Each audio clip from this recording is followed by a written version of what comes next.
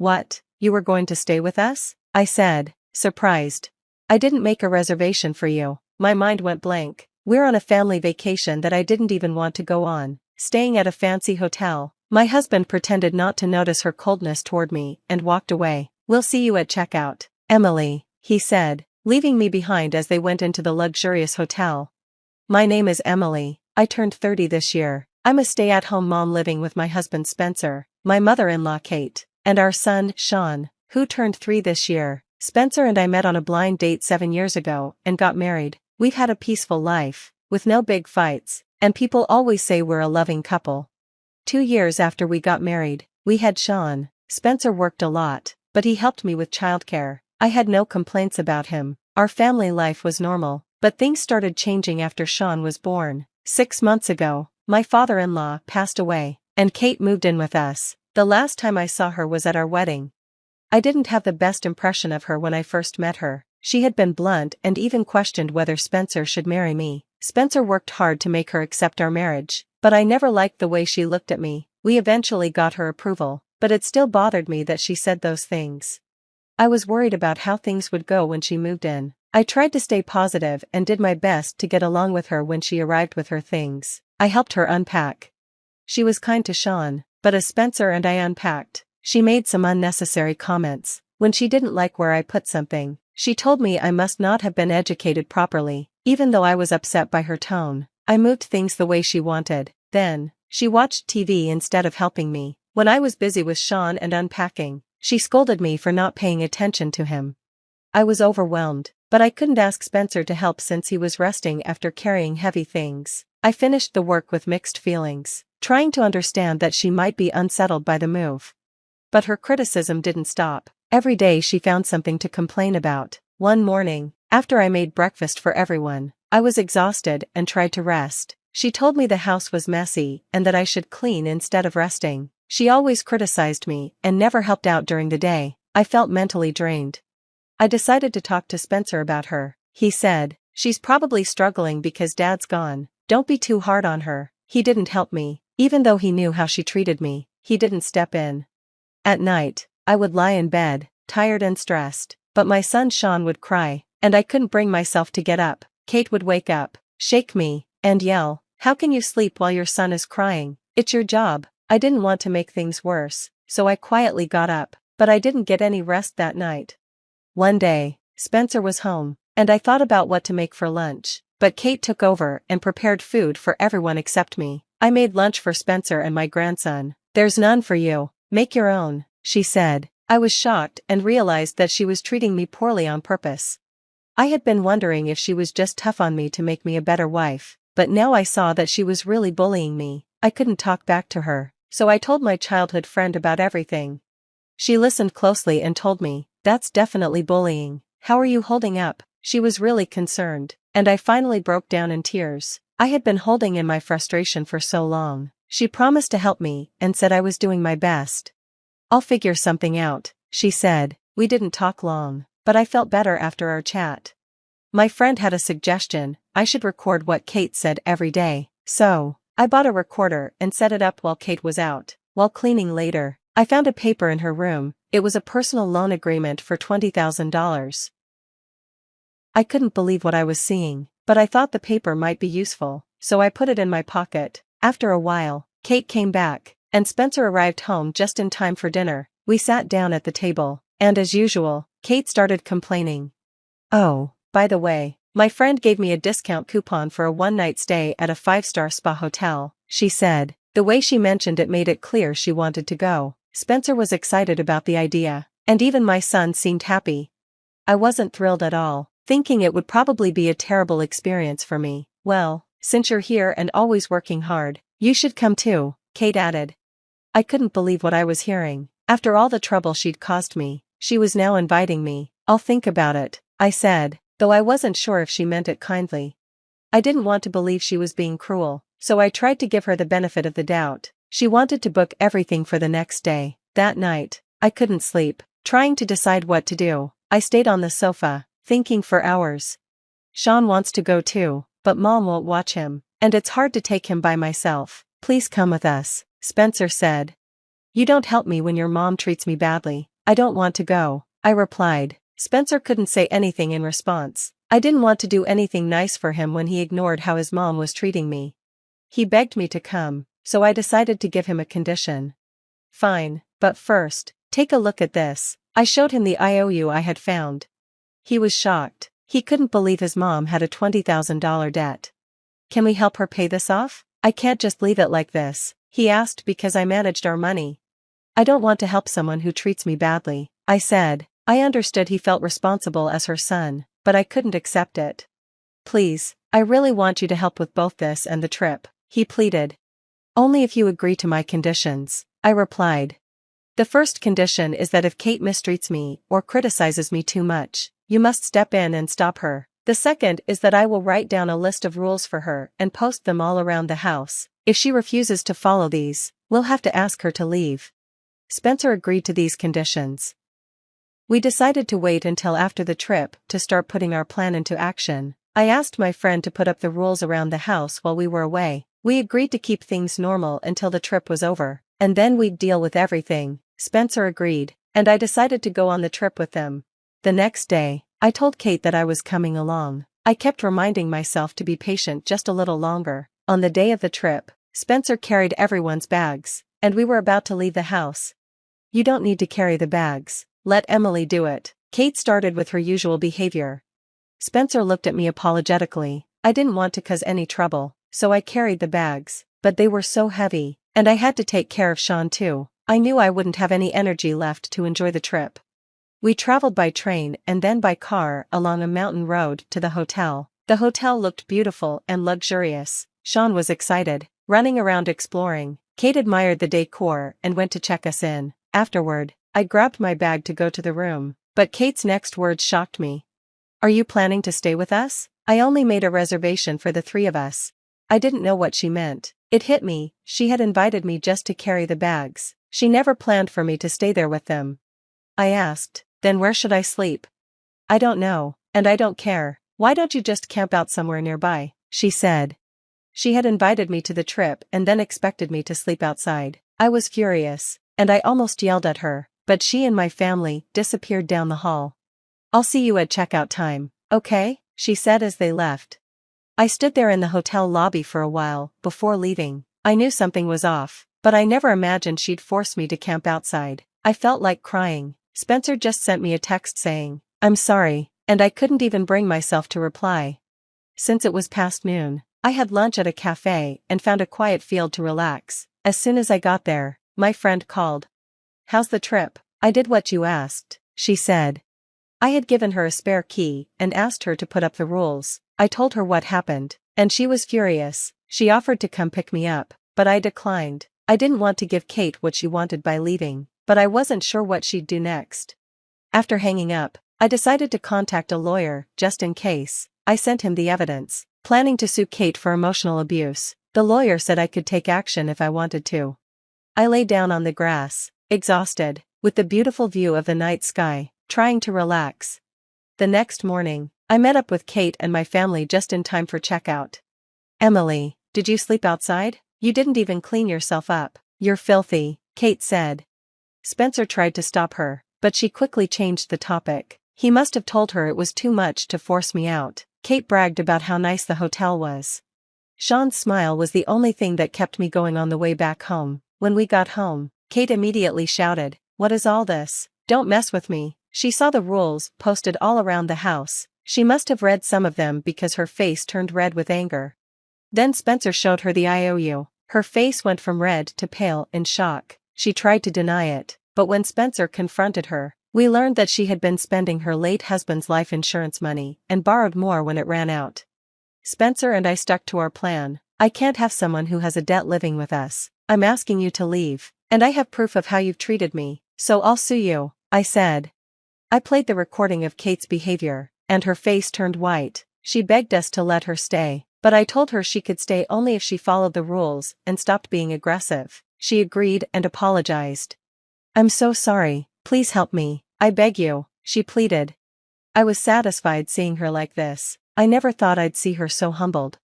But just as I thought it was over, I collapsed to the floor from the stress. Spencer helped me sit in a chair and then began yelling at Kate about the debt. He had clearly lost all respect for her. She must have never imagined her son would yell at her like this, and she frantically apologized. After everything was settled, Kate remained silent and spent the rest of the day staring at the sky. The atmosphere at home shifted dramatically the next day. I woke up early, as usual, and started preparing breakfast. It must have become a habit, or I just forgot, but Kate immediately made a nasty comment. "What's different is Spencer's attitude, Mom. We just talked about this yesterday." He spoke firmly, and she was left speechless, retreating to the sofa. I almost laughed, but I held it in and focused on making breakfast. Spencer had always felt guilty for not standing up to Kate, but I knew he was a kind person. He must have struggled with how to handle things, so I didn't blame him. I loved him, and I couldn't hate him for what he had done. He apologized to me, tears in his eyes. After that, he began to protect me, and Kate's attitude towards me improved every day. She still made small comments, but I no longer felt any malice from her. I hoped this new attitude would last. For the first time in a long while, I could breathe easy and maintain my peace of mind. We started paying off Kate's debt, $700 a month, and Spencer and I worked together to manage the payments. As Kate was too old to work, I took a part-time job and balanced it with taking care of my family. Kate helped by taking my son to and from daycare and was doing a good job. Spencer managed the finances because of Kate's bad habits, and slowly, things started to improve in our household. I had thought about divorce at times, especially when Kate was unbearable, but I couldn't bring myself to go through with it. If I had separated earlier, I would have avoided many painful moments, like the camping incident. Luckily, I found the IOU, which helped us rebuild our family. I'm also thankful for my friend, who supported me and listened when I needed someone. Without her, I might have broken down mentally. Now, looking back at all the struggles, I feel a sense of accomplishment. I worked hard to hold my family together. Even when I was feeling down and lacked motivation, I made sure my son was well taken care of and that everyone had a decent life. While I may never fully forgive Kate, she is still my mother-in-law, and I try to treat her kindly. A few years have passed since then, and my son is now in preschool. We're almost done paying off the debts and even thinking of moving to a new house. Kate has started helping me a bit more, and my relationship with Spencer has improved. We're even considering having another child. Our family life is much more stable now, and I am content. I will continue to do my best for my family. "Mummy, Mummy, there's a stranger with a little girl in the bushes," Cheryl exclaimed fearfully, pulling Melissa by the sleeve. That day, mother and daughter strolled leisurely through the park. For the first time in a long time, the woman had a full day off, which she naturally decided to spend with her daughter. The sun shone brightly, and everything around seemed so light and carefree that she wished to prolong this moment, preferably forever. But unfortunately, it was not possible. Melissa often recalled those years when she felt protected by her husband, as if standing behind a stone wall. Then she didn't have to worry about work, salary, or how to survive and feed herself and her little girl. Paul provided entirely for the family. He always seemed so ideal to Melissa that she couldn't imagine this illusion would ever dissipate like fog. But that day had come, and the naive, trusting Melissa at first couldn't even believe it was possible. On that fateful day, when Melissa learned of her husband's infidelity, nothing had foreshadowed trouble.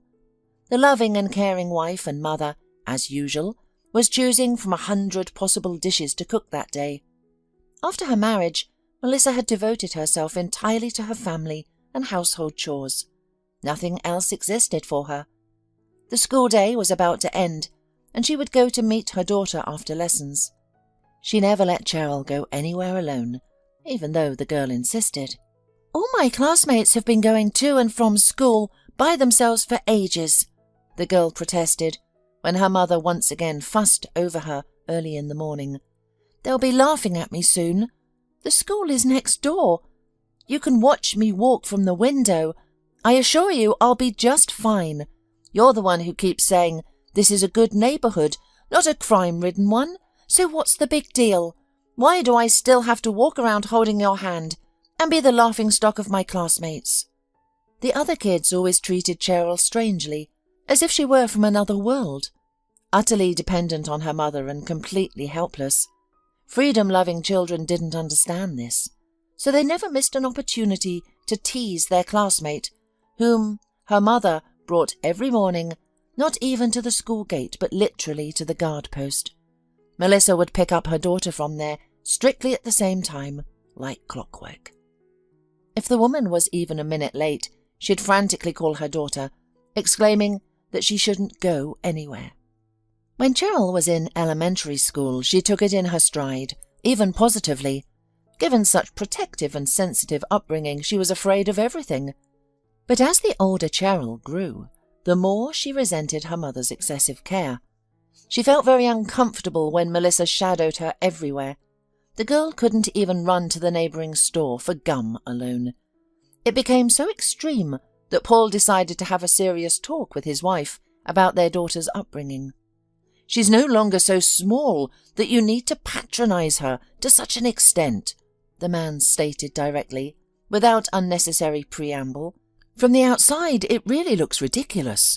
Don't you see and understand it yourself? Cheryl will soon develop complexes because of your hyper-parenting, which nobody needs. Think about our daughter, not your selfishness. How many times can you lecture the child? It's getting out of hand.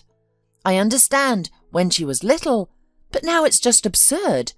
And you should do something useful. You do nothing but cook and clean all day long. You're stagnating, if you'll pardon me for saying so. I told you a long time ago to start your own business, especially since my finances are more than enough. Find something you like.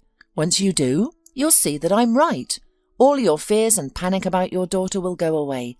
Then you'll laugh at yourself for being so paranoid. You can't be so hard on yourself. After all, you might go crazy. That time, Paul, for the first time, allowed himself to tell his wife everything he thought, all that troubled his soul. To tell the truth, his relationship with Melissa had long left much to be desired. Lately, Paul found himself increasingly irritated by his wife. He couldn't pinpoint the reason. Perhaps it was a crisis, one that all married couples eventually face. Or maybe he had simply fallen out of love with Melissa. Paul began to notice young women on the streets more often. He was particularly captivated by his secretary, Patrice, who seemed to reciprocate his interest. She constantly winked and behaved suggestively. When bringing coffee, she would deliberately lean over the table, showcasing what she believed to be her otherworldly beauty, a key in her mind to a rich and carefree life. Patrice had come to the big city precisely for this purpose. She had always dreamed of marrying well, staying at home, spending her wealthy spouse's money and doing nothing. To achieve this, she knew she had to try her best. Decent men, Patrice reasoned, don't just appear out of thin air. They're either married, divorced, or widowers. And of these options, the most suitable are the first and the third. The divorced ones? What can you expect from them? If they've abandoned one wife, possibly with children, what guarantee do I have that I won't suffer the same fate? No, no, and no again. A potential spouse must be reliable. Patrice considered Paul to be just such a man from the very first day they met. As soon as she started working for him, she set her sights on him. This wasn't surprising. Besides his material wealth, Paul was also physically attractive. Tall, well-built, strong, the kind of man people describe as Mr. Right. The fact that Paul was married didn't bother Patrice at all. On the contrary, she saw it as an advantage. He clearly had no intention of divorcing his wife, and despite the recent cooling of their relationship, Paul hadn't even considered leaving Melissa. When Patrice informed Paul that she was expecting a child, he was initially confused. "Are you sure it's mine?" he asked, which sparked a storm of indignation in Patrice. She put on such a dramatic scene that Paul could hardly calm her down. "I didn't mean anything by that." Paul tried to justify himself. "Why are you making a scene? Try to understand. I'm a married man. I have a family and a daughter, by the way. I can't just start a new life at the drop of a hat. It takes time. I need to talk to my wife. To be honest, I'm not sure if I should get a divorce. Of course, I won't abandon you and the baby either, but you have to understand, Melissa and I have been together for many years since we were young, and divorce might not be the best thing for my reputation, especially marrying you. Anyway, I'll have to think about it. You can count on me, but I'm not promising marriage." Patrice had expected something like this, the classic story of a reluctant lover who hadn't considered the possibility of fathering a child on the side. And, of course, there was the obligatory mention of the poor wife. Patrice realized that Paul might never decide to divorce, so she decided to help him in her own way. She installed a hidden camera, filmed a few episodes of their lovemaking, and after printing the pictures, planted them for Melissa to find. At first, Melissa couldn't believe the harsh reality she found herself in. "He couldn't have done this to me," she sobbed when she shared her worries with her best friend Lisa. "It just doesn't make sense. Maybe it's photoshopped. It can't be true, can it? Paul, he's such a kind, responsible, wonderful father and faithful husband. How could he get involved in that stuff? She's nothing. Her name means nothing. And we have a family, a daughter." No matter how hard Melissa tried to close her eyes to what was happening, she couldn't forgive her husband for cheating. She spent a long time weighing the pros and cons, racking her brain over whether it was worth confronting her husband. Lisa advised her friend to forget the whole story. "You said it yourself, she's just a gold digger," she reasoned. "What could he have with her that's serious? Demand that Paul fire this unscrupulous girl. That's the end of it. You're his legal wife, and who is she to him? Nobody. That's it. You can go on living your life. Take care of your house and your daughter. In your case, divorce is not an option. You can't do anything without Paul. How many years have you been out of work? Who would hire you now? And what about your daughter? Cheryl is used to a certain standard of living. You can't just take it all away from her. She certainly won't thank you if, after the divorce, she has to survive on bread and water." Melissa clearly understood the risks. Without her spouse, her life could really turn into a miserable existence. She could hardly hope to find any well-paid work, and she essentially had nowhere to live. Her parents were in their graves, and that modest, tiny apartment they had left behind would require significant expenses to make it livable. For years, Melissa had neglected dealing with her late parents' apartment, overwhelmed by family worries and troubles. Now, suddenly in need of money, she found herself at a loss. She couldn't leave things as they were.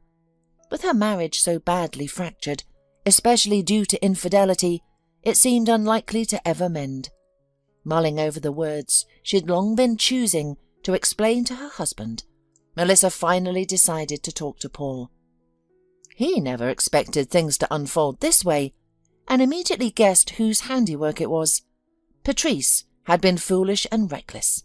If she had not planted those incriminating photos for Melissa to find, Paul might have cared for her and their unborn child.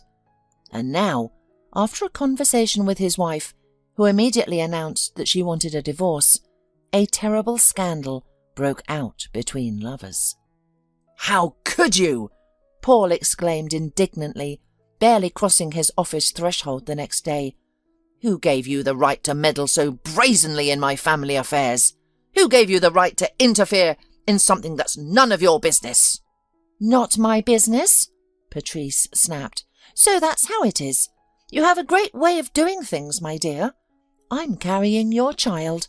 I'm making plans, counting on something, and your life and family doesn't concern me. What about us? What about our baby? Or what? Our relationship doesn't mean anything to you?" Patrice was furious with her lover. She certainly hadn't expected Paul to be so weak-willed. He had always seemed so brave and determined to her, but now, he couldn't even stand up to his wife, who was entirely dependent on him. And this is called a man? Well, well, she thought to herself. She hoped she would at least be able to get decent alimony from Paul. After this scandal, she no longer counted on a future together. Did she even want it now? After all Paul had said, he hadn't minced his words. He was livid. The divorce proceedings offered Paul no benefits, only losses. He had to leave the apartment to his wife. It wasn't a gesture of goodwill, but a necessity born of desperation, rather than a sincere desire to provide decent living conditions for his former wife and daughter. Paul was thrown unbalanced, not only by Patrice's behaviour. In his opinion, Melissa was also at fault. She could have kept quiet and turned a blind eye to his little indiscretion. But no, Melissa was proud. She refused to accept that her husband was cheating on her. Well, Paul sighed. Divorce is divorce. Let's not plunge into unnecessary red tape. We'll formalise everything amicably. I'm willing to pay alimony, but no more than that. I built this business on my own, and you have absolutely nothing to do with my capital. That's the deal, if you want this to be quick and painless.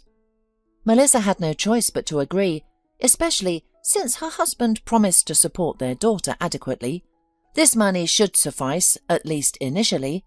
Gradually, life would improve. Melissa was certain of this.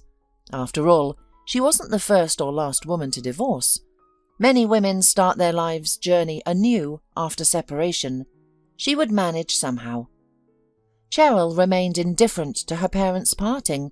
She had never been close to her father. Paul had always wanted a son, and had no idea how to build a relationship with his daughter. He lacked both time and desire. Whether her father was present or not made little difference to Cheryl. The most important thing was that her mother was there for her. They didn't need anything else. The rest didn't matter at all. Life would go on as it would. After the divorce, Paul faithfully transferred money to his ex-wife's account, but maintained no relationship with his daughter. He'd congratulate her on holidays, though not consistently. Paul didn't regret the divorce. What was done, and there was no sense in dwelling on it. Paul lived contentedly alone. He had split up with Patrice, unable to forgive her actions. It was too much. Returning to his family was out of the question, and neither Melissa nor Cheryl waited for him. Some time after the divorce, Melissa found a decent job, which was a relief. Finding employment without experience seemed impossible, yet she managed to secure a good position quickly. Cheryl didn't miss her father. Her mother's company was sufficient. Melissa never considered bringing another man into their home. She had heard horrifying stories about mother's new lovers, and wanted to avoid such fates. There was no time to think about her personal life, which she had decidedly put aside after the divorce. Work, home, work. So many cares and troubles left no room for suffering. Melissa couldn't have guessed that she would soon meet her fate by chance. Lost in thought, she didn't notice Cheryl slip away from her for a moment. The girl was followed by a peace-loving dog who led her to some unfortunate bushes from where strange sighs and moans were coming. Curious, Cheryl decided to quietly peek at what was going on there. She almost lost the power of speech when she saw the horrifying scene. A man was unceremoniously hovering over a small, defenseless girl who lay unconscious on the ground, showing no signs of life. "What are you doing?" exclaimed Melissa, who had followed her daughter to the bushes and caught sight of the tableau. "In broad daylight, and you're not afraid of anything! Well, I'll teach you, you jerk! You'll learn not to prey on little children!" Grabbing the first brick she could find, Melissa smacked the man on the back. It's fortunate she didn't hit his head, or Dr. Newberg might not have survived. At that moment, he was so focused on saving the little girl's life that he didn't even hear Melissa's outraged screams. The formidable sight of a woman with a brick in her hands terrified him. But before Dr. Newberg could turn around, he felt a searing pain. Knocked aside, he could only mumble that he was doing nothing bad with the girl. The furious Melissa and the gathered crowd had completely misunderstood the situation. "Have you gone completely mad?" Dr. Newberg exclaimed, struggling to his feet. "Are you insane? The ambulance is coming, and you're causing chaos here. How could you think such a thing? People have become utterly irrational. I can't believe it. You're making up wild scenarios. Get out, quickly. I don't want the paramedic to see this nonsense. Leave, I said. Don't you understand? I could retaliate out of anger, you know." The murmuring crowd began to disperse. Despite the crowd's dispersal, Melissa and Cheryl remained rooted to the spot, stunned and embarrassed. They had indeed misunderstood everything and misjudged the man's actions. This deeply offended the respected doctor, who had only wanted to help the unfortunate little girl. They had thought the worst of him and struck him. Luckily, the man had been a bit chilly that day and wore a leather jacket. If not for that, he might have ended up in the hospital or worse. When the ambulance arrived, Dr. Newberg helped load the little girl into the vehicle and accompanied her to the hospital. He needed to ensure everything would end safely. An operation or additional help might be needed. Molly had had a heart condition since childhood, which was why her parents never let their daughter go out alone. They always accompanied her everywhere, fearing another attack. But that day, the little girl had persuaded them. "Well, Mum, Dad, you're still busy," Molly grumbled, "and there's no telling when you'll be free. By the time you assemble all these cabinets, it will be evening. The weather outside is so nice. Why should I get in your way? I'd rather go for a walk. I'll be fine. I'm not a little girl anymore. I can take care of myself." That day, the couple had received the new furniture they'd ordered a month before. Since they'd already sold the old furniture, assembly was critical and necessary. "Where are we going to put our things?" Toya, who hated clutter, complained. "They've been in the hallway for 2 days already. No, since we both have the day off today, we'll assemble the furniture too. We must have some order in the apartment at last. I can't go here any more. We'll go for a walk another time. It's no big deal. It's not our first or last day off. We should have hired a furniture collector, but my husband always likes to save money, so now we're going to have to suffer for it. What else is there to do?" Noel was indeed a very frugal man. To put it simply, he was miserly. He would never pay an extra penny for anything. "So the furniture was made to order, to fit the design," he muttered when Toya suggested hiring assemblers. "Delivery will be free, and to assemble such a closet, you know, and in general, what if they damage something? You know how careless these guys can be. What would we do then? Pay for restoration? Or have to order new furniture? No way. Thank you, I'm sorry. I'd rather spend a day and put it together myself. At least I'll know that nothing will happen to my cabinets and drawers, and I won't have to pay for anything extra. I hate wasting money. We could have gotten something simpler, but you're stuck on this fancy design. So, we will have designer furniture, but we'll spend the whole weekend assembling. This is what you wanted, so here you go." And so it was, with absolutely everything that involved even the slightest financial cost. Noel's account had to balance to the pennies. Not $1 less, not $1 more. The man remembered well those times when they were poor, but Toya, it sometimes seemed to him, had begun to forget them, and Noel did nothing but remind his wife of those times, regularly chiding her for excessive wastefulness. And so it was that day. While they, sweating, assembled furniture, having spared money for the services of an assembler, their little girl was on the verge of life and death. When the hospital called the father and mother, who had already had time to quarrel several times, they at first didn't even believe it was true. "How? Did she fall in the park? What happened?" sobbed Toya, who, abandoning all the work, immediately headed to the hospital. Agitated, Noel followed her. "I'll drive," he exclaimed, jumping into the driver's seat. Usually his wife always drove, but not this time. Toya was too distraught to orient herself even a little in space. Never once in her life had the woman felt so broken and depressed. At that moment, all Toya's thoughts were focused on only one thing. What was wrong with her girl, and how did it happen that Molly was all alone at such a difficult moment? She blamed herself for listening to her daughter and letting her go out alone, and also her husband, who had spared money for the services of the assembler, forcing them to deal with this stupid furniture. "You miserable miser," Toya kept saying all the way. "I will never forgive you if something happens to our girl." All the way to the hospital, Toya did nothing but berate her husband. She blamed Noel for everything that had happened, although what, in fact, was his fault? That he didn't want to waste money? His frugality and unwillingness to spend every last penny on trifles? Yes, Noel was miserly, but certainly not to blame for what happened to his daughter. It was just an accident, which, moreover, ended quite safely. Molly was operated on in the hospital and everything went well. For years, her parents had been taking the girl to doctors and couldn't decide whether to do the risky surgery.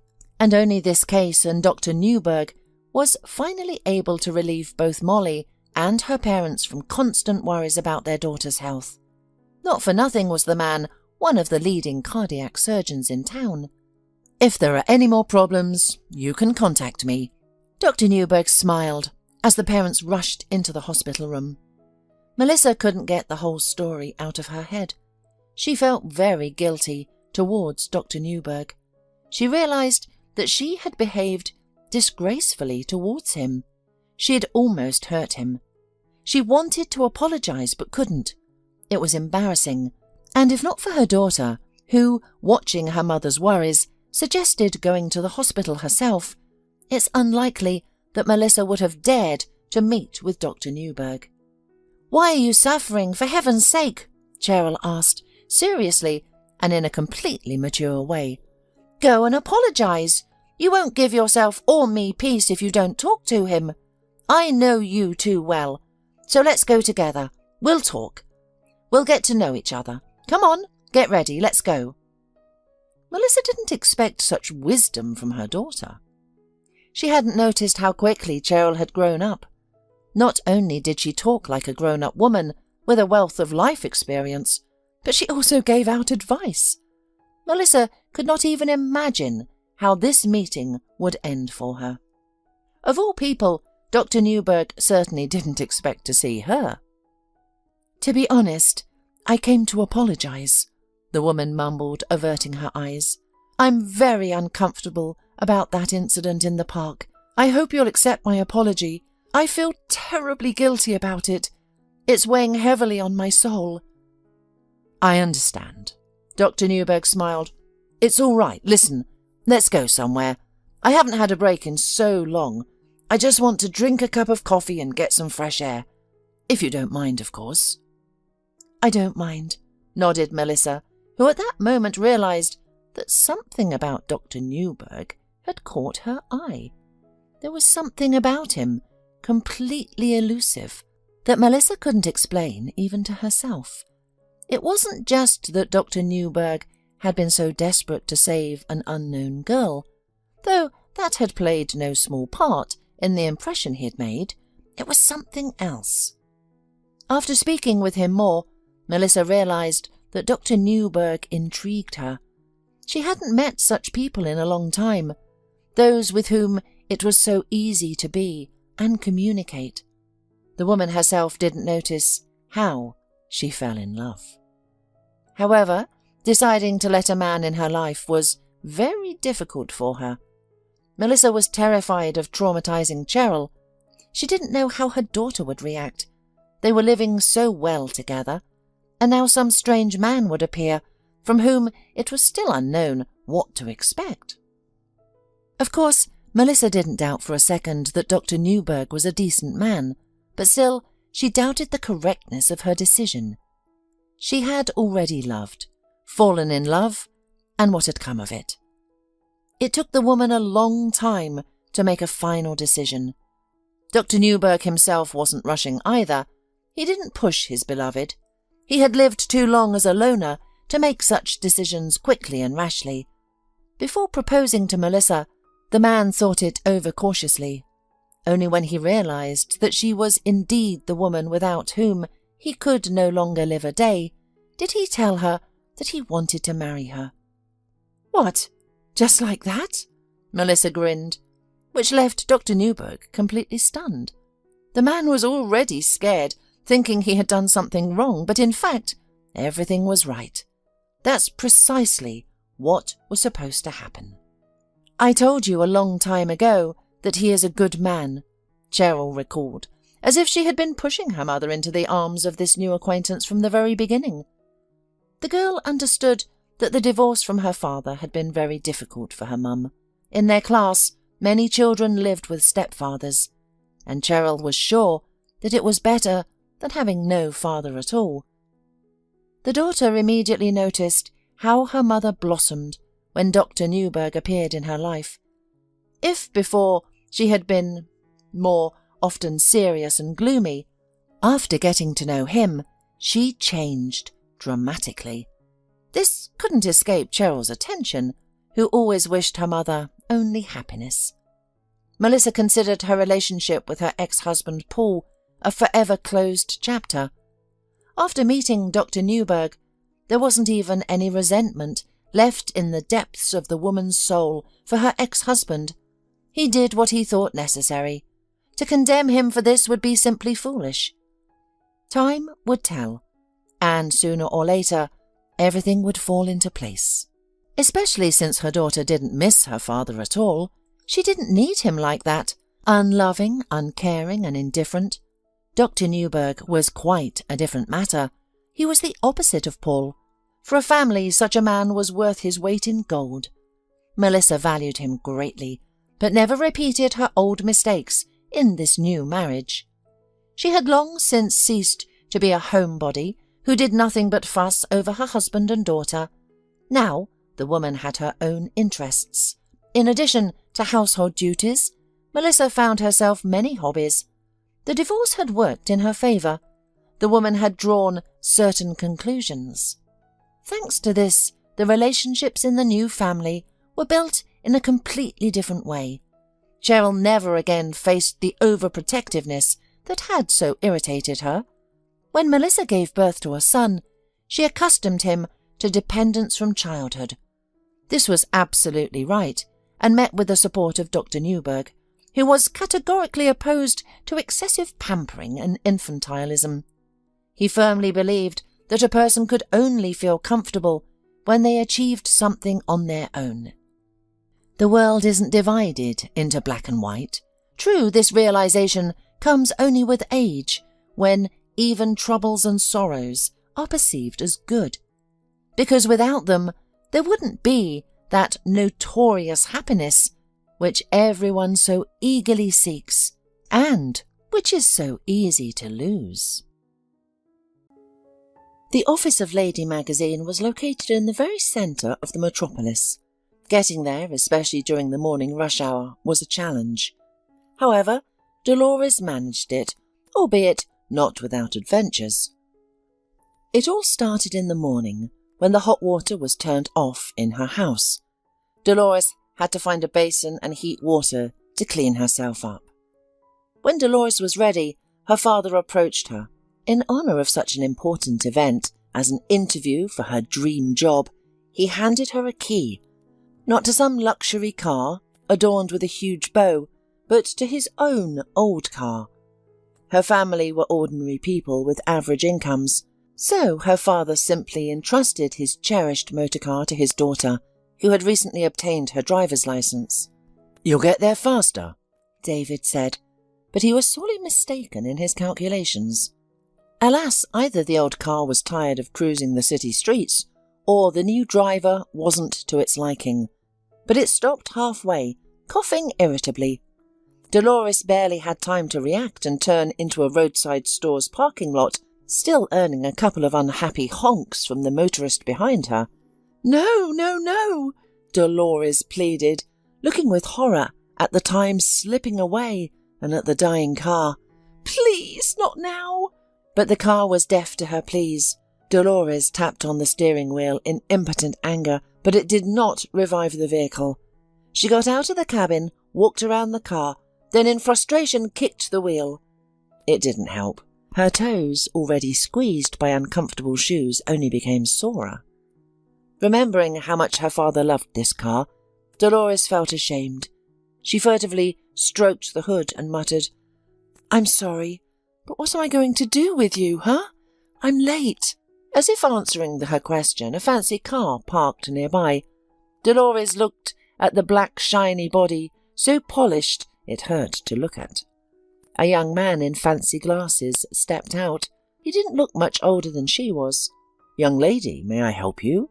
Is your car broken down?" he asked, displaying remarkable deductive skills. Dolores, lacking glasses, put her hand to her forehead like a visor and squinted. "Can you take a look at it?" she asked hopefully. "Are you a mechanic?" "No, I'm not a mechanic, I'm a lawyer," the young man admitted honestly, smiling charmingly. Dolores sighed heavily.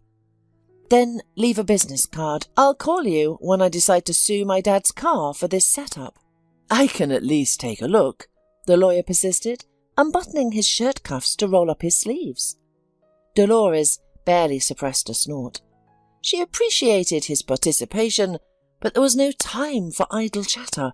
However, this guy had already opened the hood, and smoke was pouring out. "You've overheated it," declared the not a mechanic but a lawyer. The cool temperature had risen. The engines boiled. "Can it cool down?" asked the owner of the affected car, peering over his shoulder and involuntarily inhaling the delicious aroma of his cologne, which overpowered even the car's smell. "Let it stand with the hood open. We can add antifreeze later," the stranger suggested. "Then we'll start the engine and look for leaks. But you'll still need to go to a service centre." "I have no time for that," Dolores moaned. "I'm already late, and I didn't understand a word of what you told me." The man smiled with the corner of his mouth and cast another flirtatious glance at Dolores. "Then you should call a tow truck." Realizing she had no choice, Dolores called her dad, cried into the phone, and he promised to come to decide what to do with the car. Thankfully, he had spare keys, and Dolores had parked the car so it wouldn't obstruct anyone. All this time, the mysterious stranger stayed with Dolores, intrigued by the unfolding drama. "I can give you a ride," he offered, taking off his glasses to reveal honest, incredibly beautiful sky-blue eyes, framed by black eyelashes. "Where do you want to go?" Dolores almost blurted out her destination, but caught herself in time. She imagined getting into this kind-looking man's car, only to have him press a chloroform-soaked cloth to her face, carefully pack her body in the trunk, and take her to the forest to feed her to wild boars. "Thank you very much, but I'll call a cab," she said. "My mother and the crime shows warned me never to get into a car with strangers." The guy couldn't hold back a chuckle. "Let's get acquainted. My name is Mark." "Dolores," the girl smiled, but didn't give in to his charm. "But I'll call a cab anyway." "Are you really saying that I look like a criminal?" Mark quirked his eyebrows. "I'm saying that criminals rarely look like criminals. There are some good-looking ones." "Ah, thank you," Mark said hesitantly, unsure whether he'd been insulted or complimented. Dolores, already dialing a cab number on her phone, shamelessly continued her monologue. "Only you're a bit too friendly. We don't live in a Disney fairy tale, so I won't easily allow the prince in a black Mercedes to whisk me away into the sunset." Dolores grumbled. "Who in our time is so eager to help a stranger? Only a maniac." Dolores was very worried, and when she was worried, she usually said everything that came into her head. "I just saw you kicking the car and then stroking it and whispering something. I couldn't drive by." The man, who was now choking on his laughter, revealed his cards. Dolores blushed, realizing she'd been caught. However, Now she wanted to ride with this guy even less. Thankfully, the cab service operator picked up the phone and found a suitable car. Miraculously, the available cab driver was just moving in the stream of cars, sliding past Dolores. Mark had a strange feeling, realizing that the girl was about to slip away from him. He didn't want to part. Even when he was moving in traffic, frankly bored, and noticed the girl, his heart trembled. Not only because she was good-looking. Mark saw beautiful girls often, which could be said without false modesty. On the radio, a song played about seeing the signs of fate, hearing your heart, and the guy listened. The thing is, the blonde seemed familiar to him. Even when he, without delay, twisted the steering wheel and drove to the curb, he was sure that he knew this lady. Only from where? He decided not to voice his thoughts, however. Otherwise, the beauty would brand him not only a criminal, but also a stalker. However, Mark's interest was strong. He liked the girl very much, just like that at first sight. He was a man of determination, so he didn't give up and tried humour. "Well, why don't you leave your phone number? And we'll have coffee tonight, or on the weekend, if you like. You can pick me up yourself," he grinned. "I'm sorry, but I don't need a date right now. I need to work. I can't think of anything else," Dolores said honestly. She glanced at the man, realizing that something had come alive inside her. Maybe it was those butterflies everyone talked about. Dolores had never been in a relationship. At the college, she'd been busy with everything she could get her hands on, just not romance. At school, she'd developed many complexes and a sincere belief that no one would ever love her. As time went on, the complexes faded. Dolores transformed from a nibbled ugly duckling into a beautiful swan, but she still didn't see it. Therefore, the attention of a man like Mark, a lawyer in a luxury car, with a Hollywood smile and a mop of dark hair worthy of a shampoo commercial, frightened rather than delighted her. The cab arrived and Dolores jumped into it right away. Mark, unaware of what he was doing, followed, knocking on the window. Ignoring the driver's displeased look, the brunette blurted out what was going through his head. "I think we've met before." "Well, that's some very ancient approach." The blonde let out a chuckle. "I'm serious." The man didn't give up, gaining a step. "Then we'll meet again and call it fate." Dolores smiled at him. Her smile was ingenious, wide and sincere. When Dolores smiled, her eyes narrowed, thin wrinkles appeared in the corners, but all this made the blonde even more charming. And no, with her answer, Dolores didn't put a price on herself. She spoke from the heart. The car drove away, taking the girl farther away, and Mark stayed on the side of the road. He didn't believe in miracles, but this time the young man knew for sure that the meeting would take place again. However, he didn't guess how soon it would happen. Meanwhile, Dolores, bouncing on the back seat, looked out the window, and then the cab, not having reached its destination, stalled. "What happened? I don't understand," cried the driver. "It overheated," Dolores sighed doomedly, remembering Mark's verdict. "The coolant temperature has risen. The engine has boiled over." The cab driver looked at his companion with respect. It didn't make Dolores feel any better. Having paid for the travelled way, she flew out of the cab and ran on her own 2 feet. At some point, the girl took off her shoes and continued barefoot. And finally, she arrived running. "Oof!" exhaled Dolores, stopping in front of the entrance of an impressive multi-story building. She rested her hands on her knees, catching her breath and ignoring the surprised looks of passers-by. There was a lot to see. It's not every day you see a pretty blonde in a classic outfit, a blouse and narrow skirt tight around the hips, but barefoot. Dolores had shoes, though. The heels were sticking out of her bag. Such sights weren't uncommon in the metropolis. but typical on Friday nights near karaoke bars and clubs. Those girls were often barefoot, with smeared mascara and lipstick, clutching unfinished bottles of sparkling wine. But this was Monday morning, a time when people rushed to work or ran errands. And Dolores, panting, didn't even have water, which she desperately needed. Sweat rolled down Dolores's back, and her hair, so carefully arranged at 6 a.m, now stuck to her temples.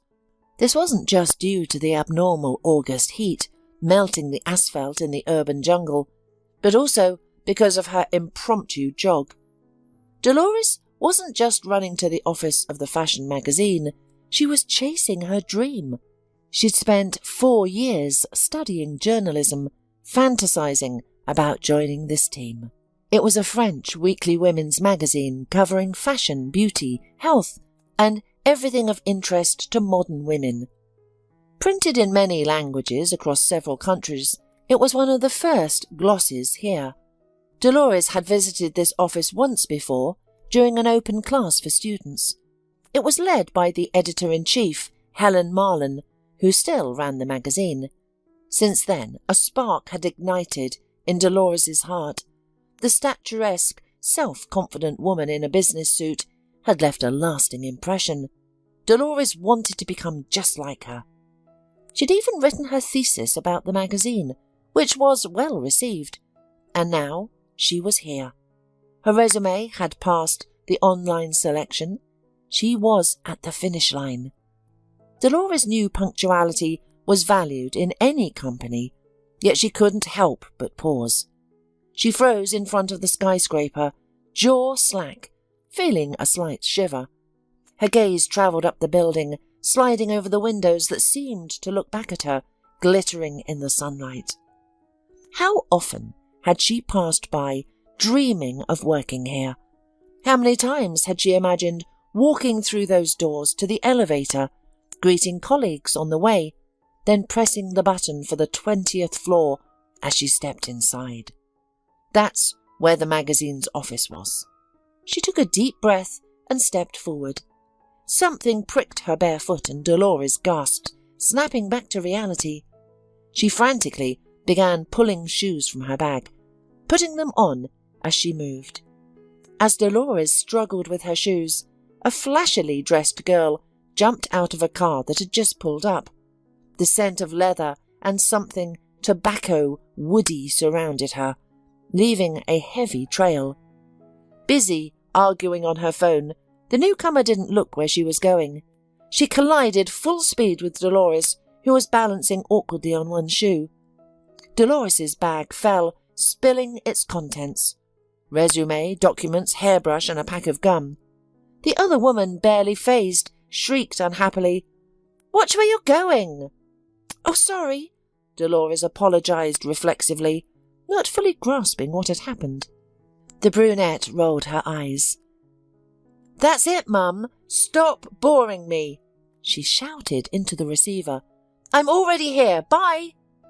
With an angry snort, she hung up and looked down at Dolores, who was crouched, gathering her scattered belongings. The brunette's eyes widened in shock. "Dolly, is that you?" Dolores shuddered slightly as if a chill ran down her spine. Dolly? Those were names from her distant past, from school. She'd entered that school in 6th grade and remained Dolly until graduation. The nickname was given to her by Corinne, who first recognized Dolores as being from the village, so the bully girl branded Dolores with what she considered the most rustic nickname, Dolly. Dolores had indeed lived in the village for a long time, until her father found a good job in the city and moved the family. At first, when her classmates discovered her background, they laughed at the village girl, who knew nothing about local city fashion or popular artists, but could milk cows and plant vegetables. The ingenious Dolly answered their questions about pig fodder and cow udders with a guileless smile, believing their laughter was sincere and that they genuinely enjoyed talking to her. A kind soul, She didn't yet realize that people could laugh at someone cruelly. There's little point in detailing school bullying or searching for reasons. Children often don't need reasons. Being fat, thin, smart, wearing glasses or braces, stuttering, or having freckles was enough. Dolores was a pretty, rosy-cheeked girl from the village, her flaxen hair braided tightly. She had a unique way of speaking, using words learned from her grandmother, which drove her classmates into a frenzy. Corinne disliked Dolores the most, simply because she could. She found Dolores funny, weak, and naive, worthy of crude jokes. Through Corinne and her cohorts, Dolores learned that she dressed shabbily. She also discovered that while her grandmother considered her thin, by local standards she was fat. Classmates called her a fat cow, a pig, mooing and grunting as she passed. Once they even glued a photo collage of her face on someone else's naked body to the blackboard. Physical education lessons were especially challenging. Though athletic, Dolores feared running or jumping because the girls giggled and whispered about her shaking cheeks and chest. Dolores stopped eating in the cafeteria, hiding in the restroom to eat her lunch in silence. After a year of this, she developed complexes and an eating disorder. She lost significant weight, but at what cost? These questions remained unanswered. Once, Dolores read that eating apples and drinking apple cider vinegar could help with weight loss. Her parents came home to find their daughter covered in a rash and called an ambulance. The kind doctor, after administering an injection, explained to Dolores that she looked wonderful and shouldn't harm herself with strange diets. The once sociable, inquisitive and energetic Dolores became withdrawn during her school years. She immersed herself in reading and studying. In her attempt to catch up with her classmates' more advanced school program, the stubborn girl passed them significantly. By high school, Dolores had become a beauty, an excellent student, and even an athlete. Yet she remained lonely. If any classmate tried to befriend Dolores, Corinne quickly suppressed it. Girls would pinch their noses, claiming Dolly smelled like dung, and that anyone who associated with her would smell bad too. Dolores, however, grew accustomed to this arrangement and stopped feeling inferior. She simply waited for graduation, knowing a new life would begin afterward. In last grade, the bullying ceased. Corinne realized Dolores no longer reacted to barbed comments and lost interest in tormenting her. Still, Dolores never made friends or experienced first love. Boys liked her, but Dolores never believed their confessions, suspecting another trap or form of bullying. And now she encountered Corinne again. The girl was easily recognizable, especially by her haughty look, with brown, almost black eyes. "I can't believe it. It's really you. I thought you'd gone back to the village and the cows after school," she said with a smirk. Dolores clenched her teeth momentarily. Her good mood from the chance encounter evaporated. She hurriedly stuffed her belongings into her tote and stood up. "Well, I never thought about your future at all. I decided to forget my school years like a bad dream," Dolores said, meeting her former classmate's eyes. Corinne was momentarily taken aback. She hadn't expected any pushback from the usually quiet Dolores. However, the insolent girl quickly regained her composure. "Well, I'd chat, but I'm in a hurry." She brushed her dark, sun-glistening hair off her shoulders. "I've got a meeting. Planning to, be part of the magazine. Though you've hardly heard of it. Where are you and where's fashion, right?" She gave Dolores a haughty look and started to leave. But Dolores asked involuntarily, "Are you having a job interview at that magazine?" "But how? Did you become a journalist?" Dolores was dumbfounded. She couldn't understand why fate was so cruel. Was she again being pushed onto the same path as the arrogant Corinne? Corinne turned raising a perfectly painted eyebrow. "Why?" Then her face changed. "Wait, you too?" Corinne laughed loudly. Dolores wrinkled her nose, involuntarily drawing parallels between her and a fairy tale witch cackling over her poisonous brew. "Oh, come on, Dolly. Are you serious?" Corinne theatrically wiped a tear from her eye. "You're hilarious. Dolly, does someone like you stand a chance at a fashion magazine?" Dolores gripped the handle of her bag tighter, narrowing her eyes. She was in a combative mood. "I think I have a lot more to offer than you." "What are you talking about?" Corinne wrinkled her nose. "As far as I remember, you're lazy and irresponsible," said Dolores in one breath. "At school, you loved shifting your responsibilities to others and could easily misappropriate others' work, even framing friends who helped you. I don't think this magazine values that set of competencies." "You mean they want you?" Corinne snorted. "Yes," Dolores raised her chin, "because I studied journalism for a few years. I have a portfolio of recommendations and articles, and I know everything about this magazine, its history and development strategy. I'm brimming with ideas. What can you offer them?" A shadow crossed Corinne's face. She pressed her lips together, then stepped closer to her former classmate. With only centimeters between them, she hissed, "You never learned anything, Dolly. City life isn't like waking up with roosters and shoveling manure. People like me survive here, those who can snatch happiness from others' grasp. I don't need to study or know the magazine's history to get in." She smiled deceptively and whispered, "I'll give you some advice, for old time's sake. Don't embarrass yourself, Dolly. Go back to the village. You don't belong here. Don't worry about me. I've prepared myself, not by reading Wikipedia, but by sleeping with the editor-in-chief's son. I met him at a nightclub and showed him what I have to offer. The job's already mine. This interview is just a formality." She pulled away from the pale, embarrassed Dolores, who blinked, taken aback. Corinne, satisfied with the effect, grinned and winked. "Now you realize you have no chance." She adjusted her blouse, deepening her cleavage. Dolores licked her parched lips and shook her head. "All I realize is that you disgust me, even more than before. If you get the job today, it's not such a great place to work." Dolores walked past her former classmate. Corinne, angry that her words weren't getting under Dolores's skin like they used to, caught up and pushed her shoulder before walking briskly into the building's lobby. Both girls, already late, rushed to the elevator. A bucket stood in Corinne's way. A cleaning woman dipped a mop into it, methodically cleaning up spilled coffee. Corinne, wrinkling her nose in disgust, tried to go around, but almost slipped on the wet floor.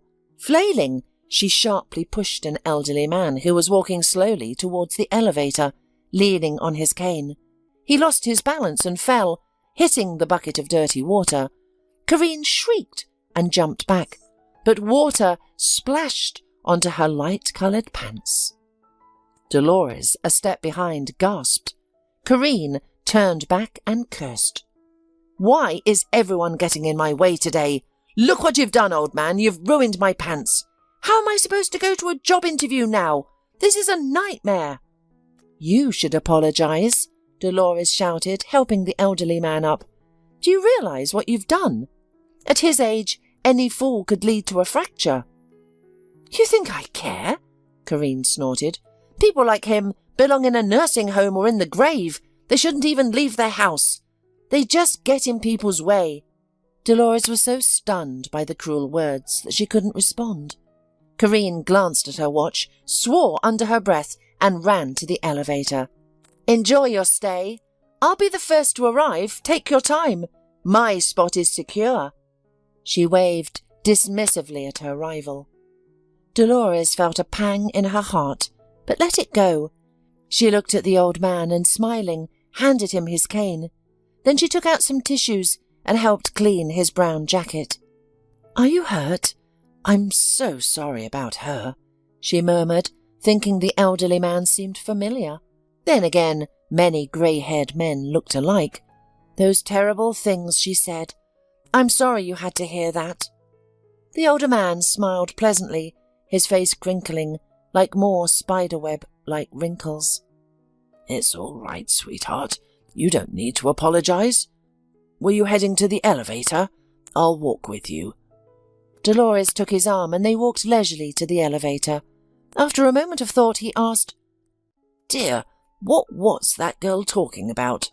Where were you hurrying to?" Dolores, no longer daring to check her watch, sighed. "We came for an interview at a fashion magazine, but I'm desperately late now, it seems." The man nodded, hiding a smile. They reached the elevator. "What floor?" Dolores asked. 20th, the old man smiled. Dolores nodded and pressed the button. Only when the number 20 lit up and the elevator started moving did she gasp and turn around. "Oh, I have to go there too." "I know," the man winked slyly. "And I want to tell you, my dear, that being late isn't always a defeat. Tell me, what's your name?" "Dolores," she introduced herself. "And you?" Dolores didn't have time to ask the elderly man's name or understanding the meaning behind his wise words. The elevator door opened, letting in new people, and then Dolores and the elderly man arrived at the right floor. Dolores's breath caught. The newsroom was bustling with life, people scurrying about. On the walls hung the covers of the magazine's most successful issues. Dolores, looking around, walked forward, not even noticing that the man had disappeared. Dolores involuntarily thought that if he reminded her of someone, it was a wizard from a fairy tale, like Dumbledore, for example. Dolores found the right office and, knocking, went inside. There, in addition to her, sat several other applicants for the vacant position. In front of them was Helen Marlin, wearing leopard-rimmed glasses. She looked at the latecomer and nodded at the vacant seat. "It looks like everyone's here," she said, checking the list of candidates. No sooner had Dolores sat down than the door opened again. Dolores heard Corinne, who was sitting next to her, sigh nervously. Raising her head, she froze in surprise. "Daughter, I'll be a minute," said the same elderly man, entering the office. "Of course, Daddy," smiled Helen, in a flash turning from a stern editor into a sweet daughter. "Girls, this is my father and former editor of the magazine." That's when Dolores remembered where she knew his face from. Not from fairy tales. She had seen the man in pictures when she was studying the history of the magazine. He had aged considerably recently, making him difficult to recognize at first sight.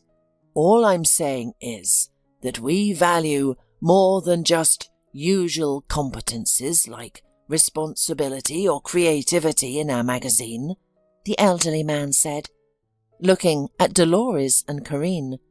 "Heart, humanity, and openness are what any team needs." Then he walked over to his daughter and had a quick conversation with her. Corinne sat like on pins and needles, realizing she was in trouble. After that, everything went wrong for Corinne, contrary to her plans. She didn't answer questions straightforwardly. Dolores, on the other hand, kept her cool. In the end, all the candidates were eliminated, and Helen asked Corinne to leave the office too. However, the girl, jumping up from her seat, caused an unexpected scene. "You can't kick me out. I have to get this job. Your son promised me," she shouted, clenching her fists. Helen's eyebrows went up. "My son?" "Yes," Corinne stomped her foot. I'll tell everyone that we slept together. If he doesn't keep his promises, I will tarnish his reputation. Okay?" Helen nodded, then picked up her phone and dialed her son's number. "Hi, are you in the office? Come up to me, please." 5 minutes later, Mark walked into the office. Dolores gasped in surprise when she saw him. He also froze, not believing his luck. A smile began to blossom on his lips. However, he wasn't allowed to be happy about the meeting. "Mark," the mother called out, folding her arms across her chest. "This lady claims you're lovers and is trying to blackmail me with it." Mark blinked, forcibly averting his admiring gaze from Dolores and turning it to the frightened Corinne. "I've never seen her before," the lawyer said honestly, "and I like blondes, not brunettes." He again slyly looked at the blonde Dolores. But it's not him! Not your son!" shouted Corinne. Helen barely restrained a chuckle. "Really, now this smells sensational. Did you hear that, Mark? Shall we make the DNA test?" Mark hummed, and Corinne, blushing with anger, grabbed her phone and showed the picture to Helen, shoving it right in her face. "There he is! Your son!" The woman stared at the screen in surprise, then wrinkled her nose because the shameless girl had taken selfies right out of bed. "First, my advice to you, don't show shots of your intimate life to everyone you meet. Secondly, the young man in the photo is not a relative to me. I certainly didn't give birth to such a man." A thin smile appeared on the editor's lips. Mark also looked at the screen and laughed. "That's Alex. He works for us, at home. He cleans the pool. He's a nice guy," Mark said. Corinne realized that she had been tricked, used. Burning with shame, she ran out of the office. Inside remained only Dolores, who was in shock at the situation. Helen approached her and held out her hand. "I'm sorry for such a fairy tale start to a business relationship. However, I would be happy to invite you to our team. You made a good impression on my father and me as well. You'll have a trial period at first, but something tells me we'll get along." Dolores shook her hand, her cheeks flushed with joy and admiration. "I'll be very happy," she nodded. Having settled some things, Helen went out, telling Mark to see the new employee off. The guy walked beside her and, unable to resist, remarked, "Third meeting." "How third?" She was surprised. "You don't remember, but I do. Seeing you in my mother's office, I remembered. You had already come here with other students. Mother was giving you a lecture and I was watching you. You were the only one who wrote down her every word. So funny. I didn't approach you then, but I regretted it later. You ran away quickly." Dolores was amazed that Mark remembered her. The guy smiled slyly, just like a boy. "It turns out, fate?" Dolores smiled the same wide smile. "It turns out that fate." "And you already have a job. Can we have coffee now?" Mark smiled. Dolores nodded. And why not? After all, if one of her dreams had come true, maybe everything else was real. Many years later, Dolores was still working at the magazine, but now as editor-in-chief. Her mother-in-law had given her the position with a pure heart because her daughter-in-law was a wonderful person and a true professional. Dolores and Mark had a strong family. They raised a daughter and a son, honest and good people. As it turns out, sometimes you have to be late somewhere to make it. And if the car breaks down on the way to your dream, maybe it's not a failure, but one more step to happiness. The important thing is not to give up. Anthony slid a glass of hot tea towards himself and stretched his legs blissfully. The business trip had been stressful, with hardly a minute of spare time. Now, under the rhythmic sound of the fast train's wheels flying along the tracks, he could finally relax a little. Outside the window flashed yellow-green islands of red autumn, his favourite time of year, when the heat had already passed and the cold had not yet begun to assert itself. The business conference was held in a seaside city, where desperate daredevils still plunged into the chilly sea with burning eyes. Old imposing palm trees on the picturesque pedestrian promenade shook their heads. The sun generously shared its warmth, not even considering relinquishing its position. It was a shame that he admired all this only from the window. The entire conference this time was built around his opening presentation. He couldn't leave his colleagues and go for a walk in a subtropical resort. Dr. Anthony Wheeler was a celebrated surgeon with the traits of a true inventor. He always remembered that on the operating table he held another life in his hands. Therefore, if a patient's condition became critical, he saved them in the most unexpected ways, thinking on his feet about how to prevent the patient from slipping away. Studying the protocols later, his colleagues first grabbed their heads, then acknowledged his decision was brilliant. Anthony treated the worship among the sick with a smile. He always refuted tales that he was some kind of miracle worker, trying to quell the surrounding excitement. The pesky admirers of his medical talent retreated temporarily until the next extraordinary incident. When the hospital was visited by a wealthy or particularly elite, they always insisted on surgical services provided personally by Dr. Wheeler, not considering other doctors as specialists. The famous doctor always cut off all such attempts, taking on only those situations that truly required his expertise. He managed to explain everything to everyone without unnecessary scandals. Even local bosses and bigwigs listened to him. Dr. Wheeler's authority was unquestionable. And so there he was, quiet and calm, sitting peacefully in the private compartment, wearing a sports suit, his face relaxed and unguarded. Like this, he was seen to no one except those close to him, his wife Sarah and son Casey. For his family, he was ready to humble his tough character and give his heart and soul. Take it, use it. He had no pity for himself when it came to them. Anthony looked at his watch, and at that moment he heard footsteps in the corridor and a loud voice. "Is there a doctor here? We need help." The doctor's professional instincts reacted instantly. Anthony rushed into the corridor of the carriage. "What happened? I'm a doctor, a surgeon. Who's sick?" Two panting conductors halted abruptly. "There is a pregnant woman in the 7th carriage. I knocked to ask is everything okay, and she didn't answer.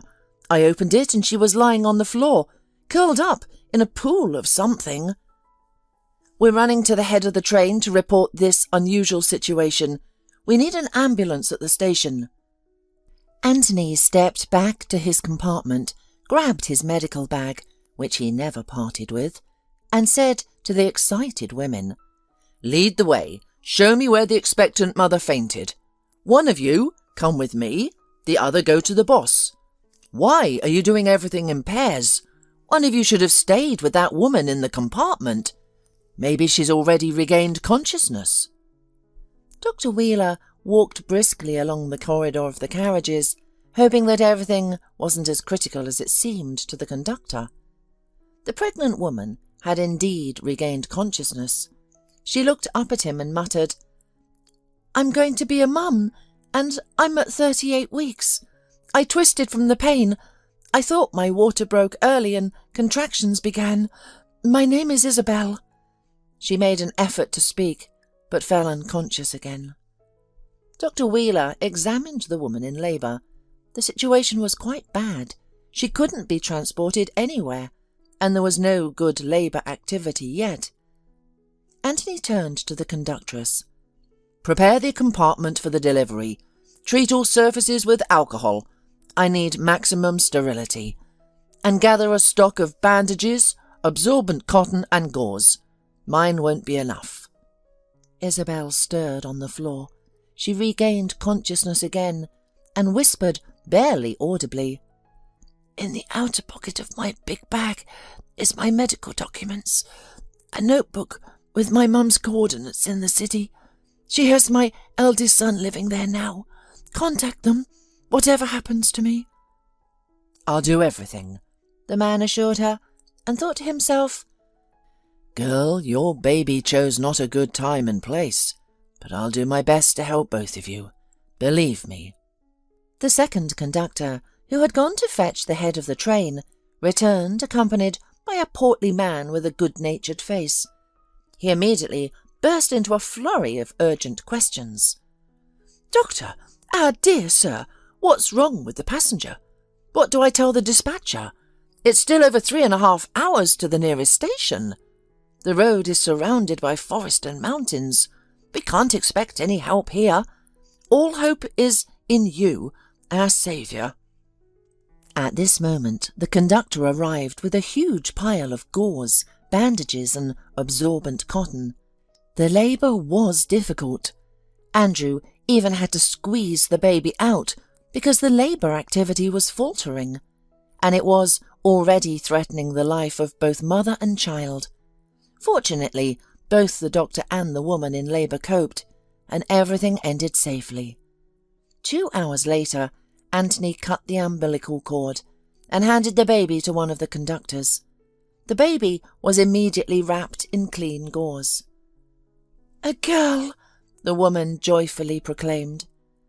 While Andrew began to work on Isabel, one of the conductresses looked into the compartment. "Doctor, can you examine the newborn? We know you're not a paediatrician or a neonatologist."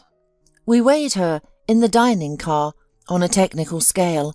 She's a big girl, 3.5 kilograms, but there may be an error in her length. I measured her with a tape measure. It came to 53 centimetres. Dr. Wheeler turned the little girl around.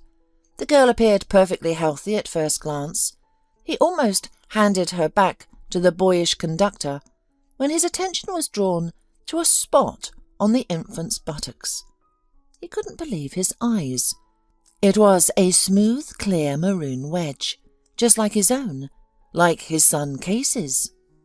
His decision was lightning fast. He would get off with his patient, escort her and the girl to the hospital, and stay with them for a couple of days. Thank goodness he had plenty of time off. Who would deny Dr. Anthony Wheeler a small vacation at his own expense, given such a sudden need? Anthony called work, and of course home, Sarah and Casey, explaining that he had an emergency on the train and needed to stay with a patient he had helped en route. After listening to her husband, Sarah hung up and informed her son, "Your daddy's saving the world again, this time in a train compartment. He'll be home in 2 or 3 days. That's just like him." In the Wheeler household, order and complete understanding reigned among all family members. Sarah stood by her husband as a true comrade in arms. They married in the first year of medical school, driven by profound mutual love. Each immediately realized that they had met their soulmate and would need no one else. They met in an amusing way. The gym teacher had organized a volleyball competition between girls and men's teams instead of regular classes. After the match, which ended in a draw, a friendly crowd poured into the locker rooms. Sarah, running late and flushed from the game, didn't notice the sign and dashed into the men's domain. Near a bench, almost without clothes, with his back to her, stood a young man, and he had a birthmark shaped like a maple leaf, clearly visible on his buttock. He turned around. Sarah caught only a glimpse of his surprised grey eyes before fleeing the locker room. When she rejoined her girlfriends, she looked dazed. They surrounded her, demanding details, but all she could say was, "The guys have a maple tree with only a leaf, but the maple itself is very handsome. You can't take your eyes off it." Her friends were baffled by her words and went about their business, but Sarah found herself longing to see the guy with the birthmark again. Love at first sight is definitely not a myth, is it? A day later, They crossed paths in the lecture hall. Anthony approached her, smiling warmly. "You ran away so quickly. I didn't have time to introduce myself. I'm Anthony," he clarified. "Anthony Wheeler. We have a lecture in the same room today. Mind if we sit together?" Much later, he confessed to Sarah that he had fallen for her the moment her pupils dilated at the sight of him in the locker room. A month later, Anthony and Sarah married, and 1 more month later, Sarah became pregnant. After that, they had a serious talk. Anthony insisted she take a sabbatical to care for herself and their future baby, but the girl proposed more radical measures. "A year of studying has shown me that medicine isn't my calling. I struggle to memorize medical terms, and when we helped nurses give injections, my hands shook. My parents rushed me into medicine, insisting it's always prestigious and in demand, but I've always loved sewing dresses for dolls and dreamed of becoming a fashion designer, dressing my mother and younger sister. I want to leave, stay home, and greet you after classes and later work. In my free time, I'll sew beautiful dresses for myself and clothes for our child. This is my aspiration, my heart's desire. There's a profession, to be near the man you love, to tend the family hearth, to keep the fire burning, and I would like to have such a job." Anthony gave full credit to his wife. Sarah excelled in her role as housewife and homemaker. She loved working in the kitchen and kept the house spotless. She sewed, knitted, and tastefully decorated their home. She kept up with modern trends, mastering the computer before him by taking courses. She maintained an interesting social circle and effortlessly raised their son Casey into an excellent young man with a knack for technology. From childhood he showed the potential of a young Edison, able to fix anything in the apartment, from toy cars to the microwave oven. There's a saying that early marriages don't last, but Anthony and Sarah had been together for over 30 years, never cheating or considering separation. So it happens. Their son Casey, however, was not so fortunate in his personal life.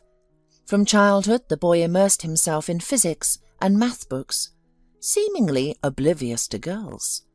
While he barely scraped by with a B grade in other subjects, Casey excelled in math and physics, effortlessly entering a technical university. By his second year, he was winning all young inventors' competitions, developing a passion for robotics. In his last year, he had already secured several patents for innovative ideas, leaving his peers far behind in career prospects. And then once, Casey met a woman at a robotics exhibition, a kindred spirit as passionate about technology as he was. They clicked instantly, understanding each other intuitively. 2 months later they married. Casey was elated, believing he'd found the woman he'd been searching for. They decided to postpone having children, both fully engrossed in developing robots. But 2 years later the unexpected occurred. Casey's wife fell for another technology enthusiast, also brilliant and talented. She didn't beat around the bush, laying her feelings out clearly.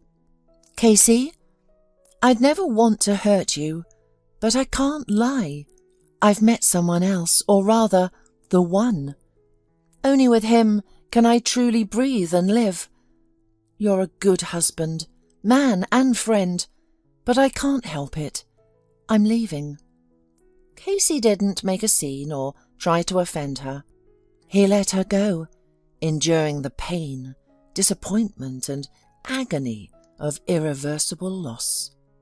His trust in women shattered completely. Faithful companions like his mother, with her devotion to his father, seemed a relic of the past. At the station, a crowd gathered to see off and greet the train during its stop.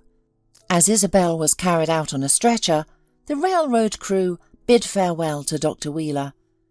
An hour after Dr. Wheeler called his wife, the train arrived at the station. The train's head stood at the front and said, Doctor, you'll be a legend on our train forever. You helped a woman under the clatter of wheels, practically single-handedly, with minimal resources. It's unbelievable, but I witnessed it myself. More and more railroad employees approached Anthony, trying to hug him, shake his hand, or simply touch him momentarily. A paramedic and a driver watched this appreciation from the ambulance. The driver, unable to contain himself, quipped, "Well, it's like seeing off a Hollywood star. They've just forgotten to roll out the red carpet." At the hospital, everything was ready for the distinguished guest's arrival. In the lobby, the head doctor bustled about, giving his subordinates final instructions. "Dr. Wheeler, we're delighted to welcome you to our modest medical institution. A hotel room has been booked for you. Would you like to rest after your sleepless night?" asked the chief doctor. Anthony turned sharply on his heels to face his colleague and replied with a slight smile, "I'll rest with my ward in her room, if you don't mind. I'll take on the role of her close friend. Her relatives are in another state. I'll contact them now." The chief doctor interrupted his speech mid-sentence, turned to the staff and gestured, "Dr. Wheeler, I've certainly heard that you're a man without a star complex or high ambitions, but to stay with the patient in the ward, you must have a good reason. However, it's your right. As a doctor, also in love with his profession, I understand you. Truly I do. I've been working with stethoscopes and syringes for over 40 years without tiring, and I'm still not satiated with medical work. I go home in the evening, but leave my thoughts in the hospital entrusted to me. There's a sofa in the ward, shower cubicle, toilet, appliances, including a TV. If you need an office for work, there's one too. The nursing station is right outside the door. Let's go, and I'll show you the room." In the room, Anthony dialed Isabel's mother, who answered immediately. "Good afternoon. I'm sorry I don't know your name. I'm your daughter's attending physician. Today, on the train, Isabel gave birth to a girl, but the labour was hard, and she is sleeping now. Neither her health nor the baby's is in danger now. However, we had to take them off the train before reaching your city. They're in the hospital. Can you come here?" Isabel's mother interrupted him before he could finish. "Are you crazy? I can barely keep up with Tommy, he's so fidgety, and you want me to take on my sick daughter? She's off to earn money and left me with a 3-year-old boy. She kept promising to take him back to her place, but she couldn't find the time. Now she's up to some new tricks. She was pregnant with her second child too, and didn't say a word about it to me, the mother. I can't believe. Is she going to leave me another Kinder Surprise? No way. We didn't agree on that." Dr. Wheeler was dumbfounded by such a rebuff. Isabel's mother didn't ask what city her daughter was in, didn't inquire about her prognosis, didn't express concern about what had happened. She only gave him the coldness of anger and indifference. The doctor, accustomed to not being surprised by anything in life, and having faced death numerous times, concluded, "It seems not everything is rosy in Isabel's life. We'll have to deal with it." Anthony lay down on the sofa, watching his patient from the corner of his eye. He ensured everything was normal with her. He pondered that this transit stop was given to him from above for a reason, and he knew the first thing he had to do was find out who the father of his patient's child was. By evening, they were able to talk. Anthony was straightforward, neither hiding nor embellishing anything. He told the young woman that he had been drawn to the hospital by a wedge-shaped birthmark on her newborn girl's buttock. "Don't misunderstand me, Isabel. I wouldn't mistake that birthmark for anything. I've seen it on my father, grandfather, myself, and my son. Such marks don't just appear without heredity. I need to know where your little girl's father is." "I won't make a mystery of it, but I'm a little tired right now. If you don't mind, I'll tell you everything tomorrow morning. For now, I'll just give you a name. My girl's father's name is Casey." Anthony couldn't believe his ears, but Isabel had already begun to drift off. He realized he would get nothing more from her that evening. Before falling into a deep sleep himself, Dr. Wheeler tried to recall if Casey or Sarah had ever mentioned the name Isabel. Amid constant surgeries, business trips and professional meetings, he often lost track of family happenings. He trusted Sarah's intuition and life experience implicitly. Recently, his wife had only worried about their son's divorce, as Casey refused to explain why he had split from his wife. Casey had moved back in with his parents from his rented apartment, throwing himself headlong into his work. Like his father, he only appeared at home late at night, laden with more electronics that he claimed needed night thinking. He'd joke, "I'll put it under my pillow. I hope I am lucky, as Mendeleev, and maybe inspiration will strike in my sleep. His famous periodic table came to him in visions. How am I any worse?" Sarah had long made a habit of catching both men working in the evening to feed them hearty, calorie-laden dinners that defied the rules of healthy eating. In their family, it wasn't customary to pry into each other's affairs. Whoever wanted to share problems or news would do so voluntarily, and the name Isabel had never come up during these evening rituals. The morning greeted the city with a frosty chill and freshness, which was palpable as cold air seeped into the ward through the open window. Isabel, washed and even with a hint of colour in her cheeks, greeted Anthony with more calm and vivacity, if not quite joyfully yet.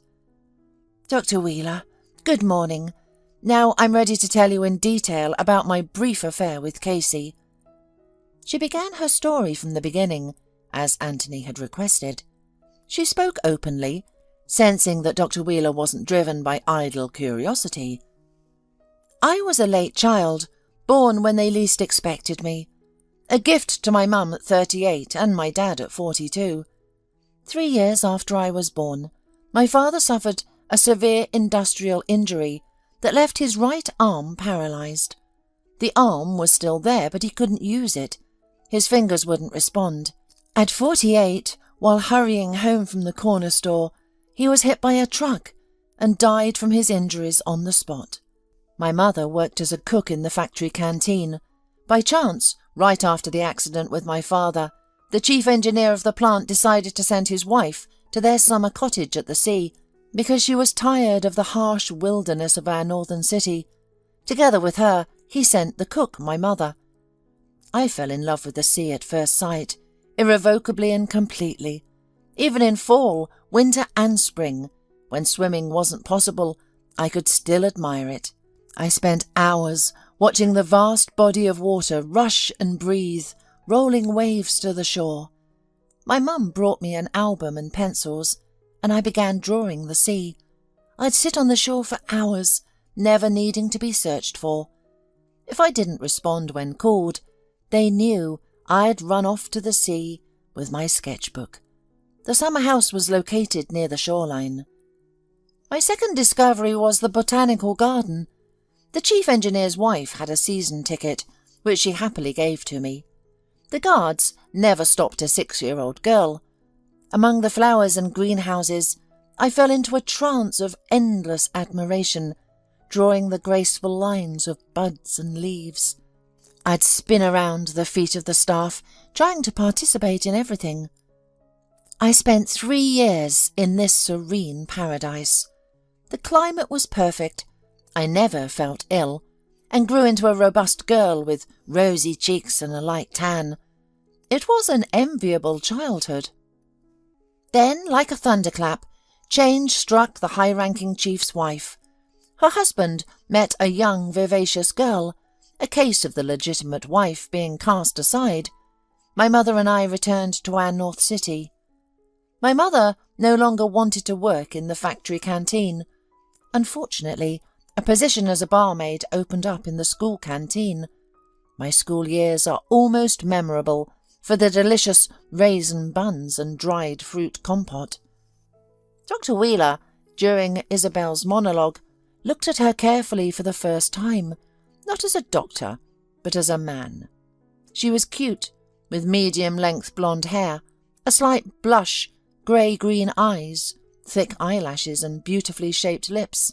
Slim but not bony, she was pleasantly rounded where it mattered. People often described such women as not flashy, but nice, pleasant beauty that doesn't leave one indifferent. Isabel continued. I finished school with decent grades. I had long ago decided to become a landscape design specialist. My mum was horrified by my decision. Everyone shouted at me, "Isabel, come back to Earth. Our city hasn't a harsh continental climate. It's no place for your orchids and beloved wisterias. We don't live near sea or subtropical." I refused to listen. I flew south to study, planning to settle on the sea coast after graduation, to design landscapes for resorts, hotels and sanatoriums. Marriage derailed those plans. My husband was a bohemian type, a designer, musician and artist. He mocked my passion for drawing seascapes. When my landscape design won first place in a student competition, he took offence. "You never formally studied art, but you wanted to indulge your ambitions with sea pictures. Why did you even enter this competition? Did you want to outshine everyone else?" My husband was considered handsome at the college. Girls fell for him in droves. He had a nice voice, rock star looks and shoulder-length hair that shone with a tarry lustre. You could drown in his piercing eyes, and I did, especially at night when we were alone. But he was in no hurry to become a father. At home he was malleable, soft, fluffy, loving my cutlets and fried potatoes, not hovering in the creative clouds. But behind the threshold he immediately changed, putting on a macho, charismatic mask. His heart and soul were, in fact, stale. But I only recognized this later, when my rose-coloured glasses shattered, my love-blinded eyes injured by the metaphorical shards. My son, Tommy, looks just like him. My husband and I lasted 2 years. I gave birth to my son alone in my hometown. Why do we girls always hurry back to our mother's wing? My mum is a good woman, truly. She may be loud and rough, but she's easy-going. She's always been that way with me. My husband accepted my decision to divorce with understanding. His eyes even lit up with a joyful gleam. Here it was, the long-awaited freedom. Vivacious girls in his entourage had long been waiting for him to indulge them with his male attention. For 2 years I lived with newborn Tommy at my mother's place, like a refugee. I got by on odd jobs. It's good that I had already graduated from the landscape school. The diploma became a useful substitute for recommendations.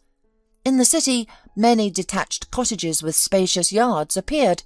In summer, their owners wanted to spend time among exotic flowers and trees. A year ago, I received a call from a fellow student, babbling that the high beach season was over, it was time to earn money, pleasing the hotel administration with new landscape designs, while there were few vacationers. My mum didn't need much persuading. She understood perfectly that we barely made ends meet, and Tommy needed to be raised. The seaside city welcomed me with open arms. There were indeed many orders. After my city, a mild 17 degrees in December seemed like tropical heat. Trading frost and snow blizzards for a light jacket, admiring the sea and inhaling the aromas of flowering plants, I couldn't have dreamed of more. That's why I started working with enthusiasm. Isabel took a short break for rest. The memories stirred up many emotions in her.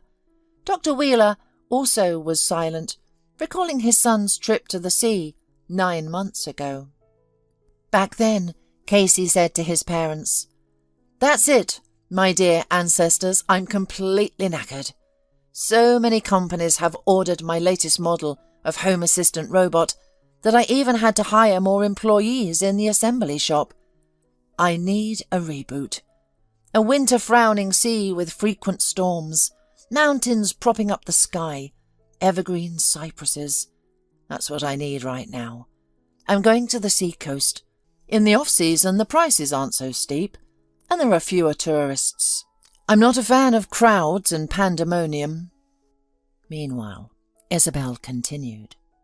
Casey came to me one winter evening, unexpectedly. I was standing near the sea station, indulging in my favourite habit of drawing the sea. That day it was frowning and gloomy, tossing a small ship with scarlet sails from one wave to another. Suddenly I heard an exclamation from behind. "Aren't you afraid for the passengers, who are fighting so desperately against the storm?" Without turning around, I replied, "There are 2 of them, so they'll manage. It doesn't matter where the ordeal takes us, it's who's there for us." We immediately struck up a vigorous conversation, with Casey as if we had known each other for 1,000 years. I liked his appearance. Short, thick hair and burning eyes with no trace of falseness. He began by sharing his feelings about my painting. "Your drawing struck me deeply. Your sea is alive. I even recoiled at first, feeling I might get wet from those fierce splashes. Where did you learn to feel this mysterious, salty body of water so well?" I answered, "I've been in love with the sea since childhood, from the moment I first saw it. I feel we're of the same blood, the sea and me. It can read my thoughts, comfort or delight me, penetrate my soul or even reject me when it doesn't like my rigid attitude." Casey immediately picked up on my enthusiasm. "My parents and I also fly here to cure our souls. This time I found myself here alone. In 3 days I have to return home. My business, parents and friends are waiting for me there." I briefly told him about myself, that I came from the North City, that my son and mother were waiting for me at home, and that I was working here. He didn't disturb me at all, standing behind me and watching me finish the drawing. Naturally, we left the embankment together. In a building near a cavalcade of sprawling palm trees in this charming place, Casey had rented a cosy and stylish place. I had never noticed my tendency to follow a man like an obedient animal following a Pied Piper. With him, everything fell into place effortlessly, without conspiracy, by some mystical inertia. He calmly announced that after his wife left him, he no longer believed in pretty girls. I told him the story of my marriage. Neither of us expected anything from the other. 2 singles fell into a resort romance without commitment. After dinner at a restaurant where we drank a bottle of champagne to toast our acquaintance, we moved to his room. I had a day off ahead of me. We spent almost 24 hours in bed, getting up only to make coffee and sandwiches on the go. A day later we ventured into the city. It had grown warmer, fluffy white clouds floated across the sky and the sun shone generously again. Casey led me to the sea. I didn't feel like talking. What could we say to each other, having met at the right time in the right place to warm each other? We wandered along the promenade. I wanted to take a picture of him against the backdrop of shrubs with figurative, topiary haircuts, but he gestured for me to stop. "You shouldn't, Isabel. If any visual traces of a resort romance remain, they unwittingly grieve the soul afterward. Remember me in your head. Take a picture of me mentally. Remember me as something random and excellent. I will do exactly that." You know, Dr. Wheeler, I was in complete agreement with him. I didn't even consider the possibility of getting pregnant, as if such an outcome, after passion at a resort, seemed impossible by definition. I didn't ask for details about his life, and he didn't seek my contact information. We existed here and now, without making any plans for the future. I didn't see him off at the airport. No long farewells or bitter tears. I wasn't annoyed that things turned out this way. The only moment I felt a slight prick of impending emptiness was when I got in the cab to leave him, but I coped with it quickly. A week later, I was painting the sea at the same spot where Casey and I had met. Suddenly I realized, God, what fools we are, Casey and I, trying to prove something, show something, ignore something. I could see he liked me by the sparks of undisguised desire in his eyes, and he didn't seem like the kind of man who'd throw himself at every skirt. Pardon my frankness, but I had the impression that this man was made for me. Yet I persistently chased those intrusive thoughts away, but the truth remained. Immediately after his departure, I spent a few days in a mix of slight euphoria and sadness. Then unexpectedly, I found myself longing for him and scolding myself. Proud of yourself, trying on someone else's role so unlike you. You've never been a fan of such easy, uncomplicated connections. What's gotten into you this time? You should have asked him where to look, how to contact him, if you miss him. I didn't realize I was pregnant right away. There were no ailments at all, except for the standard physiological signs. I didn't experience a single day of morning sickness, weakness, or dizziness. All the tests in my medical record were perfect. That's why I went to my mum's so confidently 2 weeks before the due date. And here we are.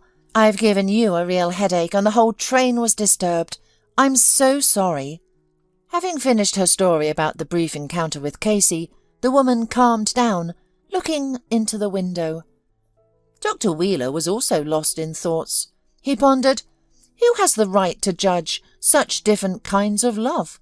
This young woman liked my Casey, and what does he himself think about what happened between them? How will he take the news that he has a daughter? And does this fan of mechanical robots know how to love babies? And besides, where did Casey have his eyes? Isabel is such a good person, evident even after a short acquaintance. Not hysterical like some of my female patients, not trying to seem better than she is. She just lives her life the way she knows how. Straightforward, open, honest. Obviously decent. That's a rare combination in the younger generation these days. She doesn't wait for handouts from her man. She tries to achieve everything herself. After thinking a little longer and finally making up his mind, Anthony said, Isabel, I have a proposition for you. Before you answer, think carefully. Don't make a hasty decision. I have a son who had been at the sea 9 months ago. His name is Casey, and he has the same birthmark as your daughter. That's why I suppose you to go with me as the mother of my supposed granddaughter. For your peace of mind, we'll do a DNA test at my hospital right away. When we arrive, I'll rent a nice apartment for you and the girl. Later you can bring your son and mother from your city, if you wish. The young woman turned to him with evident surprise. Dr. Wheeler, your proposal truly seems strange and a bit awkward. We've known each other for barely 3 days, and you've already managed to save my life and learn all the details of my biography. You've even heard my mother's rebuke. Why do you need all these problems? Dr. Wheeler smiled as he objected. From the moment I saw your daughter's birthmark in the shape of a maple leaf, a kind of sign of our family lineage, I felt that, thanks to you, I now have an additional incentive to live and work. Sarah, that's my wife, and I have lived together for about 30 years, as they say, for better or worse. We've long dreamed of children's voices in the house, but Casey's personal life hasn't worked out so far. Now he has a chance to fix it. Isabel blushed scarlet. Do you really think things could work out between me and Casey? You know your son better than that. He told me he avoids all women now. I'm not likely to be the exception. Anthony looked up at her. Everyone wants, I think, simple human happiness next to the person they love. You're different, that's a fact. He's a technician to the bone, passionate about his robots.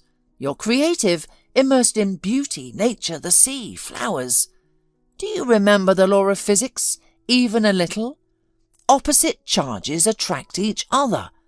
A person too similar to us usually becomes boring quickly, and as they say in our city, you won't know if you don't try.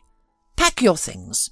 It will become clear on the spot what course all our lives will take." Isabel couldn't contain her emotions. She approached Dr. Wheeler and silently hugged him by the shoulders. "I'll go with you, my doctor. I can't forget Casey. I want him to know that he has a daughter." Then, in winter, 9 months ago, Casey was flying from the sea coast to his town and desperately wanted to look his wife in the eyes once more. Now, after 3 days with Isabel, he finally didn't burn in the fire of pain or dwell on memories. He only rested his soul and body. Why did it seem to him after the divorce that his relationship with his ex-wife hadn't reached its conclusion? There remained unspoken words. Questions arose to which he couldn't find answers. He knew exactly where to find his ex-wife. The world of robot creators is small and everyone knows who's working where at any given moment.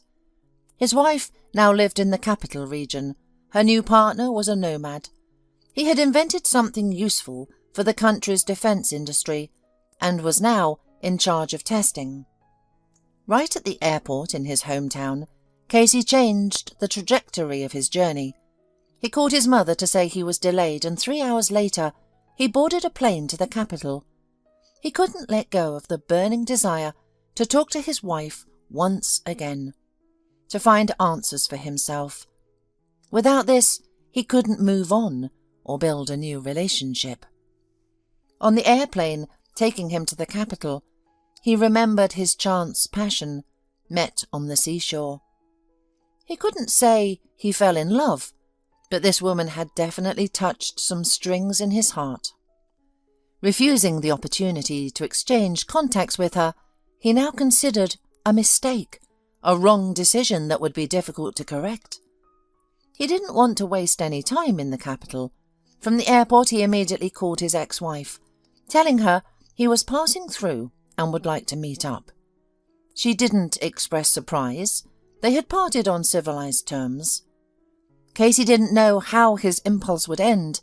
He went to a quiet cafe, deciding to eat something and gather his thoughts in a peaceful atmosphere. His former favourite woman burst into the cafe like a whirlwind. Without hesitation, she hugged him warmly and looked into his eyes. "Are you still angry with me, darling? Come on, I even missed you. Seeing you now makes me pleased. Listen, my new partner, we haven't officially married yet. We're in a common law relationship. Let's go to my place, we can talk privately." They quickly took a cab to her apartment. Once upstairs, something happened that Casey had never imagined. His ex-wife pulled him into the bedroom. He couldn't resist. It was a strange encounter, part fight, part dialogue, an attempt to prove something to each other. Suddenly, Casey realized his soul was silent, his heart unmoved by her touch. Sensing his distance, his ex-wife propped herself up on her elbows and looked into his eyes. "Casey, what's wrong? Isn't this what you secretly wanted?" she asked, stretching like a contented cat. "In my boyfriend circle, intimacy isn't even considered a reason for a long acquaintance. If I told him now that I wanted to sleep with my ex-husband again, he'd understand. It's no strings attached." Casey recoiled, jumping up as thoughts raced through his mind. Was I really crazy about this cynical person? Did I consider divorcing her the end of my world? I have such a different view of relationships. Old-fashioned, maybe naive. I still want what my parents had, to go through life hand in hand with a soulmate, not changing partners at every crossroads. Something snapped inside him. He felt suddenly free from suffering, memories and regrets. He could close this chapter of his life and move on. The clouds cleared. He calmly enjoyed the coffee and cookies his ex-wife offered, regretting only that he had booked his return flight for the next day. He firmly refused her offer to spend more time together. Instead, he decided to walk around the capital. The next day, Casey was at the airport early. He appreciated its excellent infrastructure, the stores for last-minute souvenirs, the comfortable chairs near the cafes. He bought his mother a beautiful, stylish bag from an accessories store, then hesitated at the perfume counter. At first, he considered something daring and youthful for his father, but settled on the classic scent he had used for years. Near the woman's fragrances, he paused, wondering, what did Isabel smell like just a few days ago? The answer came easily. She smelled of the sea, sun, young cypresses, and a hint of mystery. Though she hadn't shared much about herself, the photos of her work in resorts had captivated him. Her flower arrangements and installations, coupled with sculptures by lesser-known artists, were as exciting and unusual as his own robotics work. He resolved to find Isabel in her town, certain there must be landscaping companies there. He'd track her down, no matter the cost. Casey returned to his city, upbeat. At home, no one questioned his delay. At work, he plunged into a sea of questions and minor problems, temporarily forgetting his plan to find Isabel. Months passed, but she wasn't erased from his memory. Her pretty face would appear in his mind during rare free moments, though constant fatigue quickly dispersed these thoughts. He didn't pursue new romances or pay attention to the numerous young women seeking his company. And so 9 months flew by after that brief holiday romance. And now Isabel herself came to Casey's town with his father and his newborn daughter. The result of the DNA test was expected. Casey was Letitia's father with a 99.9% probability. It was decided that it was time to tell Casey everything. That day, Sarah prepared a special dinner. Dr. Wheeler retrieved a bottle of 21-year-old Irish whiskey from the bar. Casey quipped that there hadn't been a suitable occasion to try it before. Seeing the bottle on the table, he mused, "I see you've prepared quite a surprise for me, ancestors. Well, I'm ready to hear you out." Sarah discreetly left the parlour, allowing the men to talk privately. After hearing his father's account of the train accident and his encounter with Sea girlfriend and her misfortunes, Casey was initially stunned. His thoughts whirled. He'd never imagined his casual seaside romance could lead to such dramatic events. Isabel's image flooded his mind, conjuring a tempestuous sea, hurling everything into the abyss, including a ship with scarlet sails. The young man suddenly resolved, "I'll be Isabel's prince, arriving in a yacht with scarlet sails. Such a woman deserves a protector, a man who'll love and support her for life." He didn't bother reading the DNA test results his father had placed before him. He simply took the note with Isabel and his daughter's address. "Don't wait up for dinner. I need to discuss everything with Isabel, and it won't be a brief conversation," he told his parents.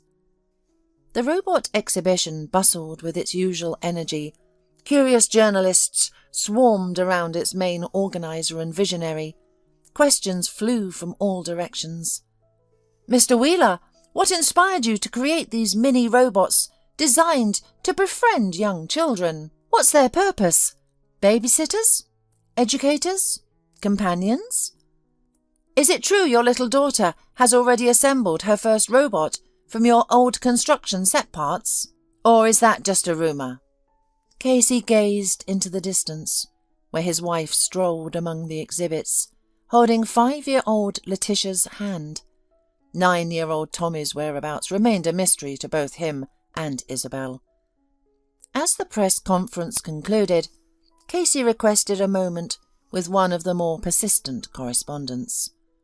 To everyone's surprise, he delivered an uncharacteristically long monologue. Ladies and gentlemen, I'm delighted to welcome you to this exhibition showcasing my new series of unique robots. Now, I'd like to thank my family. This is my wife, Isabel, my son Tommy, and my daughter Letitia. With them, I've learned the true meaning of what chemists call acid-alkaline balance. It's simple. I bound to work in the morning and race home in the evening, where I'm always warmly welcomed. Isabel Wheeler stepped onto the improvised stage, followed by Letitia, and then by a shaggy-haired Tommy, clutching some metal component. Casey could only think, I wonder where he's already managed to unscrew that from. He's just like me. And they say abilities are only transmitted by blood. Genetics lie. Everything happens differently. I'm here! Don't start without me! Adam burst into the chief's office, more crawling than flying. He opened the door with his elbow, pushing it with his thigh, his hands occupied. Ron noticed his best friend and colleague had brought 2 cups of coffee and various snacks from the kitchen. Adam's mouth never stopped moving. It was a miracle he can still fit through doorways without them needing to be widened. What can't we start without you? Ron frowned. Checking the October accounting report? I've never seen you so eager to work before. Adam whimpered, put his supplies on the desk, unabashed as baklava escaped its box and smeared the documents. Never do today what you can put off until tomorrow, he said, smiling. I'm here for the movie, Ron.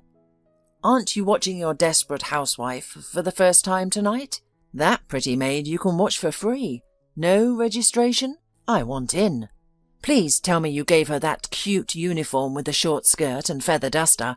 I swear, it's my dream to have a lady like that around the house. Noticing his friend's confusion and utter incomprehension, Adam snorted. Oh, come on, Ron. Wake up. You were supposed to install cameras at home this weekend to keep an eye on the new employee, your cleaning lady. Adam reminded him. Still not with it? Perk up, please. Adam handed his friend a cup. Sniffing the contents, Ron took a sip and, smacking his lips in surprise, asked, Is there alcohol in this? Oops. Adam tapped his forehead. Sorry, boss, that's mine. You know a work morning's only good with a splash of whiskey in the coffee. Ron shook his head, then sipped from another cup.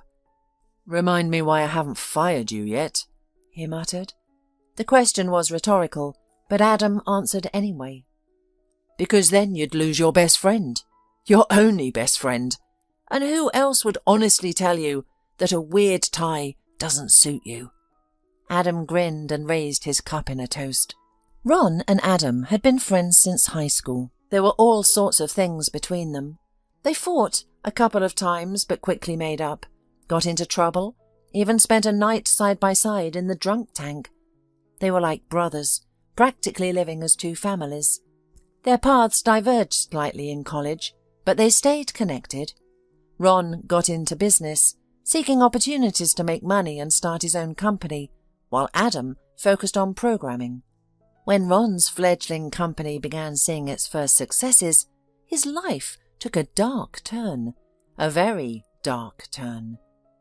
The young man lost his parents in an accident. Though Ron was already an adult, the pain was immense. To parents, you're always a child, and losing them is like having part of your heart torn out, without anesthesia or warning. To Ron, it felt like a cold, gloomy void had replaced the wound, one nothing could fill. Adam, who had been close to Ron's parents, was there again, supporting his friend through this difficult time. He organized the funeral when Ron couldn't find the strength, then stayed by his side, gradually helping him recover. Adam's mum brought containers and thermoses of hot food for devastated Ron, making sure he didn't forget to eat. Even Adam's father, a military man not known for sentimentality, gave him fatherly hugs. In the end, the tragedy brought Ron and Adam closer. When Adam quit his job after a fight with his boss, Ron immediately invited him to join his company, putting him in charge of the IT department. It wasn't just friendship and gratitude, though the cheerful and seemingly carefree Adam turned out to be an excellent specialist. 10 years had passed. Ron's company had become recognizable in the market. Adam remained a bachelor, or, as he called himself, an eligible bachelor. Ron had married a beautiful woman with a bad temper. Adam was a witness at their wedding, though he disliked Nicole. The wedding was hasty because Nicole became pregnant 2 months after meeting Ron. She swore she had been taking birth control pills. Adam didn't believe her and called her a cunning fox who had decided to trap his friend. And Ron, who had lost his family, was even glad of the chance to build a new one. He hoped motherhood would change Nicole, awakening tenderness and affection, at least towards the child. However, as time passed, hope still flickered in his chest, but was on its last breath. Now their son Wayne was 4 years old, yet he spent more time with nannies than with his mother. What did Nicole do? She focused solely on herself, meeting friends, shopping and visiting beauty salons. She avoided household chores, unwilling to spoil her manicure or skin with cleaning products. She didn't cook, claiming ignorance and fear of poisoning the family with her cooking experiments. They hired staff for everything in their house. But there was an oddity. Cooks, nannies and cleaners fled this house like rats from a sinking ship. They worked for a month, 2 at best, before quitting without explanation. Ron seriously considered hiring an exorcist to search the house. Perhaps a poltergeist in the attic was driving everyone away. He could find no other explanation for the mass leaving.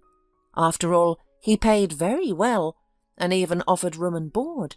What more could people want? The answer, however, was obvious. Recently, they lost another nanny and cleaner. Mrs. Noble, Wayne's last nanny, said she was leaving because of the landlady's neglectful attitude and irresponsible behaviour. "I'm sorry, but no salary is worth the humiliation I'm experiencing." The elderly, slightly prim woman pressed her lips together. "I've been a nanny for decent families for years. I've raised children like a mother. I even moved to England with one family, but I've never seen such an attitude. Tell your wife that the nanny is not a servant to be treated like a dog." Ron tried to get additional information, but the woman only remarked, "Your child needs one permanent nanny. Wayne is a nice kid, but this merry-go-round of constantly changing nannies and household staff will drive him crazy and negatively affect his nervous system. He'll decide that there are no permanent people in his life who can care for him. He'll conclude he doesn't need anyone. He's already shutting himself off from people because he's realized they won't stay long. They'll soon run away. And I feel sorry for him. So, control your wife. As for me, I'll leave you now." Mrs. Noble nodded to Ron and left without looking back. The man went to his wife's room and demanded an explanation, but Nicole merely snorted. She sat before her dressing table on a sleek beige ottoman, scrutinizing her lips. They showed needle marks from her latest hyaluronic acid injection. She examined the beautician's work so meticulously that it was clear she was more interested in her own appearance than in the fate of a nanny or even her own son. "I didn't like that nanny anyway. She was haughty and arrogant," Nicole declared, pouting her already puffy lips. "Yeah, and her resentments are unfounded.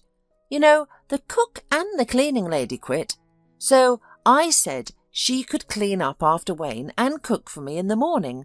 What's wrong with that? She cooked for Wayne anyway, and besides, she's just a servant. Why so much arrogance?" Ron was shocked. He wanted to say, "You're just a beautiful blank who knows nothing. Why do you have so much arrogance?" But the man stayed silent. He still clung to this marriage, hoping he could keep the family together. After all, destroying everything is much easier than fixing it. Meanwhile, Nicole continued.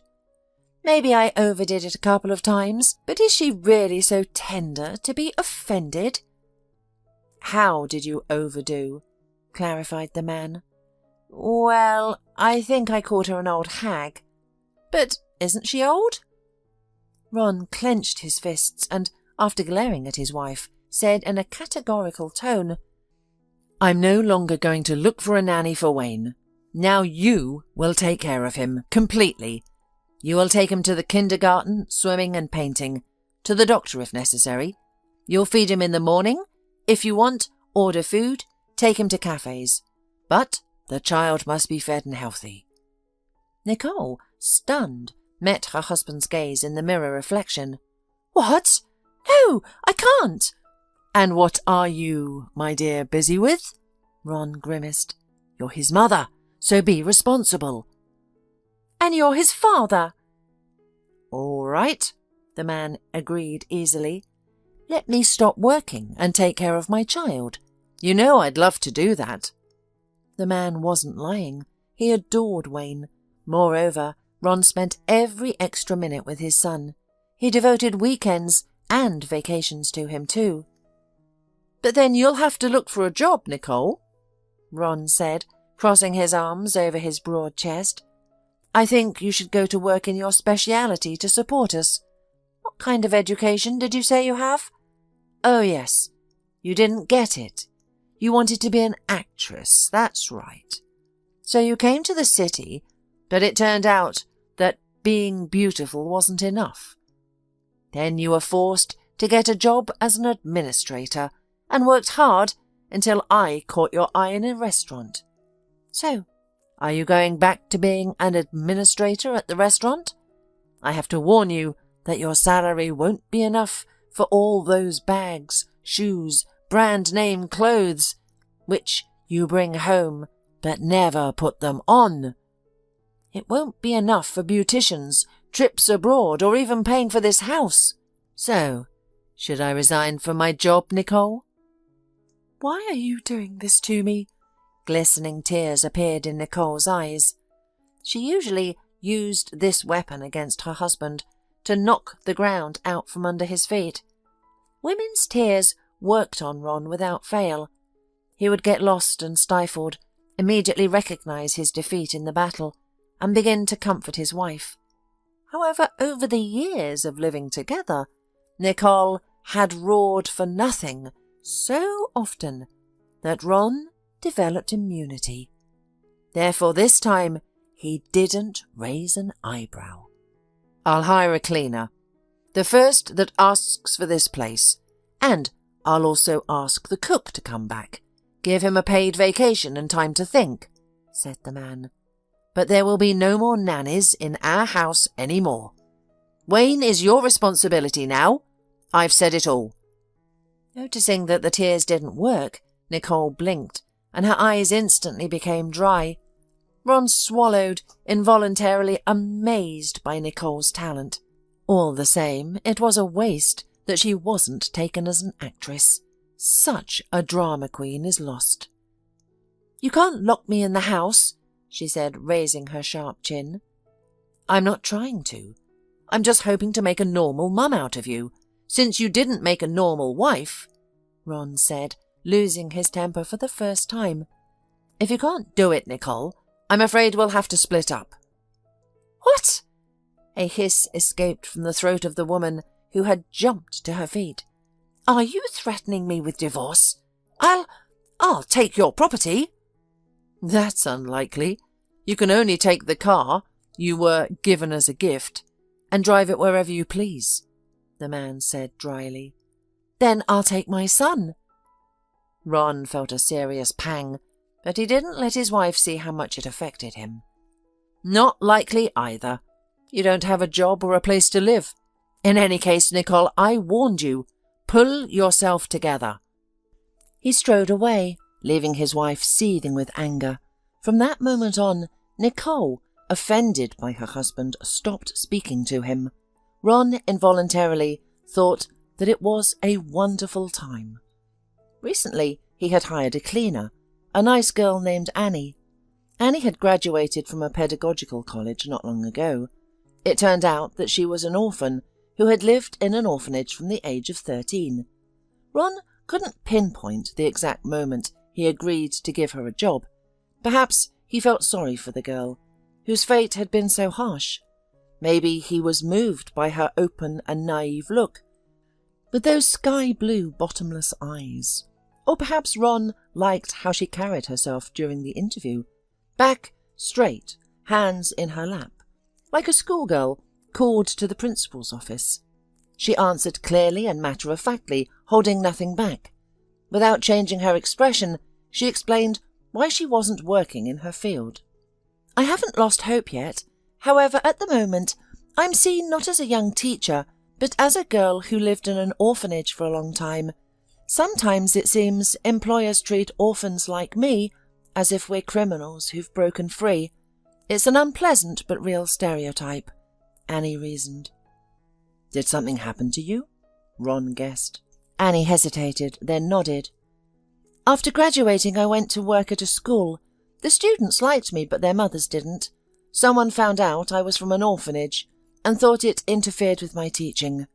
The principal apologized and asked me to leave voluntarily." She sighed. "Right now, I'm just looking for any job I can get. Maybe someday I can save up some money, start my own business, and not depend on anyone. I've already worked as a janitor while in college. I cleaned a hotel, so I think I can handle your house." Instead of saying the usual, "Thank you, I'll call you back," Ron asked, "Could you start on Monday?" Annie could. So she started work a week ago, and now the house indeed shone with cleanliness. However, Nicole was not pleased. She was against having a young, pretty girl with a dubious past in the house. Ron even worried that she might be rude to Annie.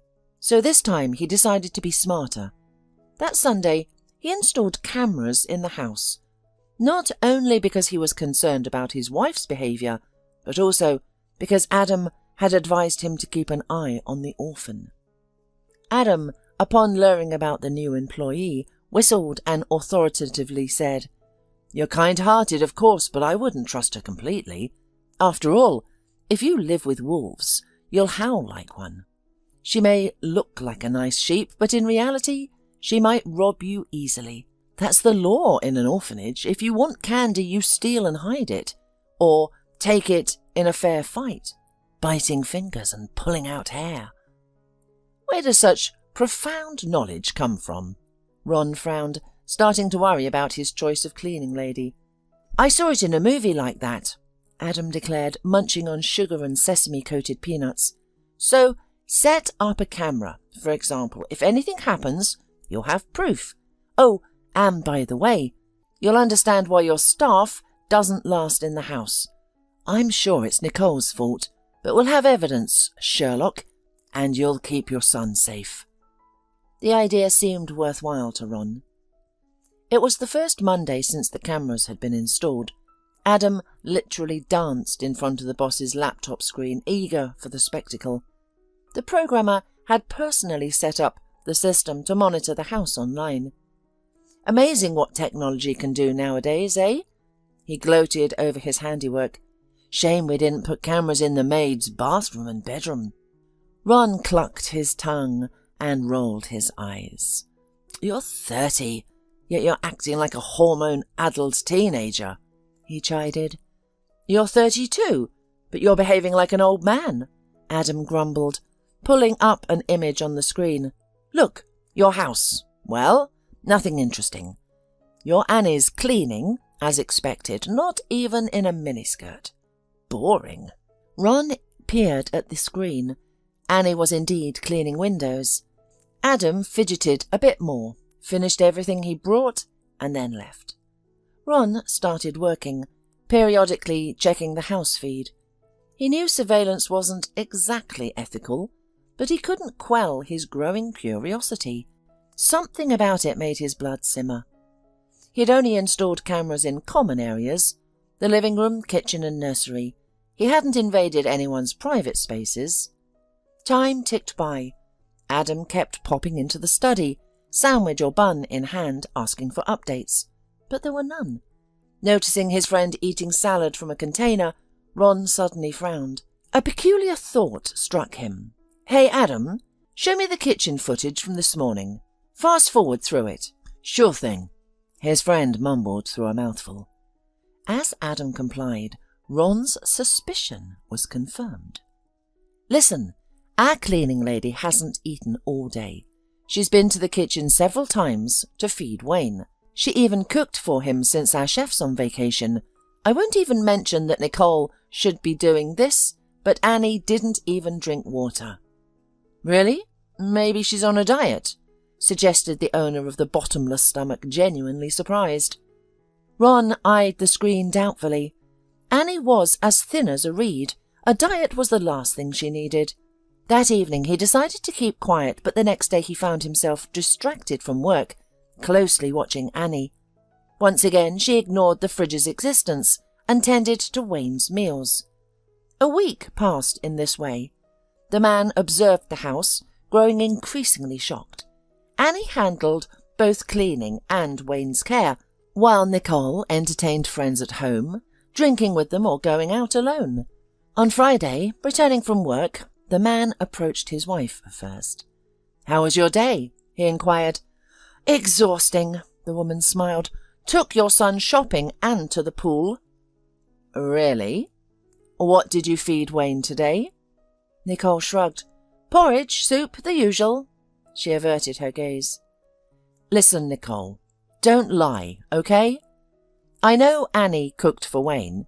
You realize you've burdened her with unnecessary duties." "Did she complain to you?"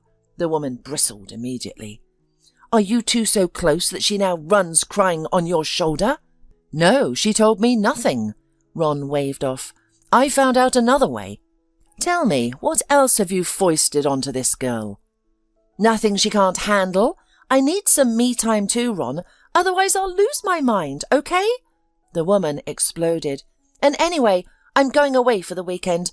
Lisa's bachelorette party, so now it's your turn to be a parent."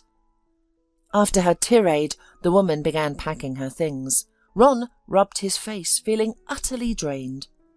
He recalled how elated he'd been when Nicole announced her pregnancy.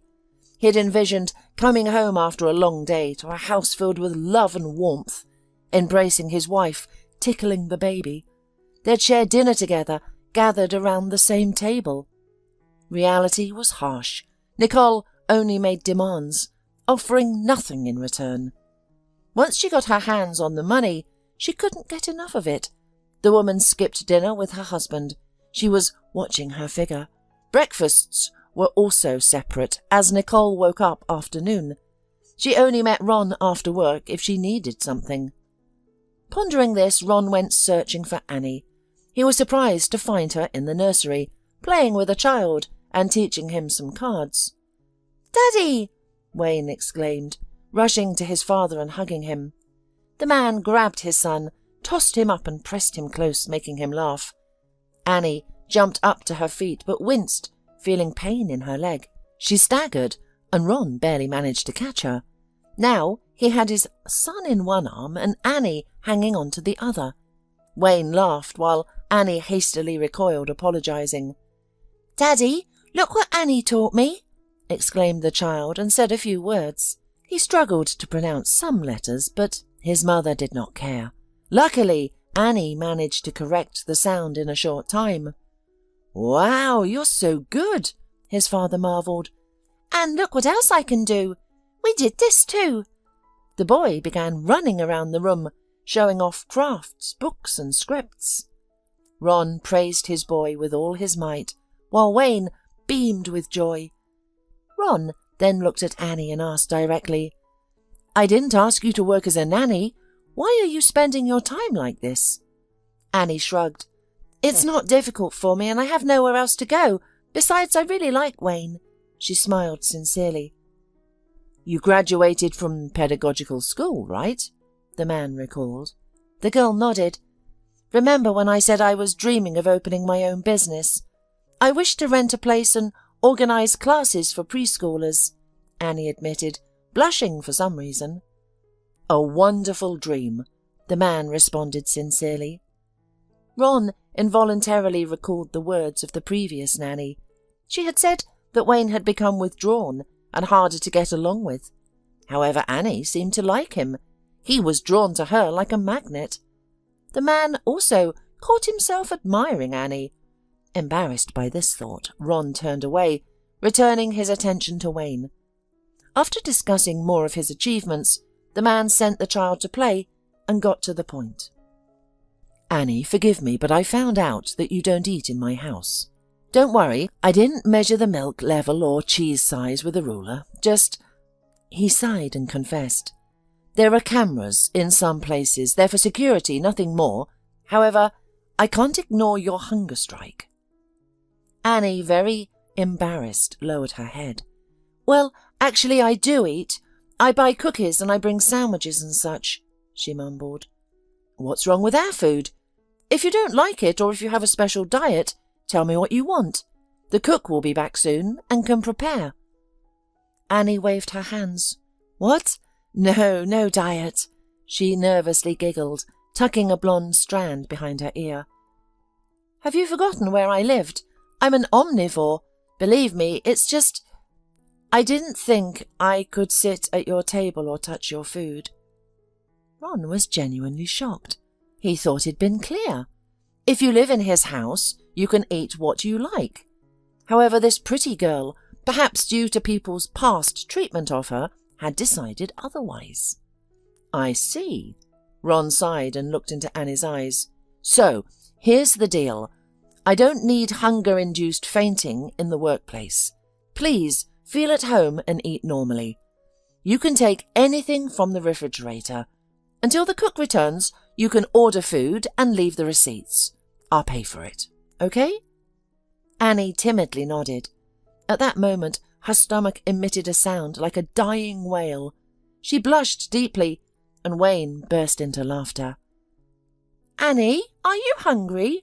The child asked. Ron didn't need to ask. He picked up his son in his arms and announced they were all going to the kitchen. After an hour of cooking together, the trio sat at the table, eating pasta with meat sauce, generously sprinkled with cheese. Nicole had been invited to dinner too, but she reminded her husband that she didn't eat after 6. For the first time in recent years, Ron felt truly happy in his home. He was sharing dinner with wonderful people, just as he had dreamed. On Saturday, Nicole left, so Ron asked Annie to stay for a while to be with Wayne. I have to go to the office for 3 hours, he apologized. I'll pay for your time. It's all right, Annie waved her hand. We'll have a great time. Annie didn't lie. Wayne looked happy next to her. In the end, Annie stayed for the whole weekend, which they spent together. On Monday, Nicole didn't return. She only called and said she had gone for a walk. Ron was going to take care of the child himself, but Annie again helped him out. Work, I'll take Wayne to kindergarten and to his activities, she promised. Nicole returned only on Thursday. She still smelled of cocktails. The first thing she saw was the maid sitting at the table next to her son eating soup. What is this? The lady of the house was furious. Have you forgotten what I said? You're a servant that should know your place. Why are you eating at my table? My food. Ron didn't know, but it was his wife who said she was afraid to eat with the maid from the orphanage at the same table. She and her friends mocked Annie, claiming she might have lice and other diseases. She forbade Annie to use their bathroom, allowing her to go only to the guest room. She didn't give her bedding, and forbade her to bring a personal cup into their house. Yet Annie didn't pass the hostess's words to her husband, and for nothing. The thing is that Ron told me, began Annie, frightened by Nicole's fierce look. So you decided to listen to him and not me, right? You want to eat our soup? The anger-stricken woman grabbed the plate and poured the contents on the floor. Go on, eat it. Don't you want some? Then she threw the plate on the floor, and it shattered. Wayne cried, frightened. Annie rushed to calm him down. All this made Nicole even angrier. She also rushed to Wayne and, breathing a breath of booze like dragon fire, grabbed the child's hands, hurting him. "Wayne, come to Mummy," she demanded. "He's hurt and scared. Stop it," pleaded Annie, worried about the boy. "Shut your mouth," Nicole shouted and yanked her son. Annie let go of the child, afraid to cause him more pain. Wayne fell from the chair, hitting his knee on the plate shards. Annie cried out and rushed to the boy. "This is all your fault. I'll terminate your employment," wailed Nicole, backing away. Annie didn't hear her. She fussed around the boy, giving him first aid and calling an ambulance. The child was brought to the hospital and given a few stitches for the wound. Annie was beside him. Soon Ron arrived, and after him, the police. "We got a call saying you harmed the child," said the officers, addressing Annie. However, Ron stood up for her. He had seen everything that happened on the cameras and told the police about it. The man brought home Annie and tired Wayne, but Nicole, who had time to drink even more, was sent away. At first, Nicole was angry, stomping her feet and shouting that nothing was her fault. Then she whimpered and cried, begging her husband to give her another chance. "I gave you many years, but you didn't give me and my baby a single day, Nicole. Even when I tried to fix things, you weren't there for us," he said with a slight bitterness. "I didn't get divorced solely because of my son, but now it seems to me that Wayne is better without a mother at all than with such a mother." In the end, he filed for divorce. Nicole didn't claim the child. She didn't care about her son. The woman was sorry only for her luxurious life. Annie remained in Ron's house, but now as Wayne's nanny. The boy adored her. Soon Ron himself fell in love. They got married, Adam playing the role of the best man for the second time, authoritatively declared, "Now you've made the right choice, my friend." Family life turned out to be wonderful. Annie happily engaged in everyday life, comfort and care for her husband and son.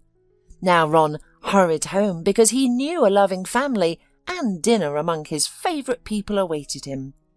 2 years after the wedding, Annie learned she was expecting a child. In due time, the couple had a daughter. Wayne became a wonderful and loving older brother for her. And when the children grew up a little, Annie was able to fulfill her dream.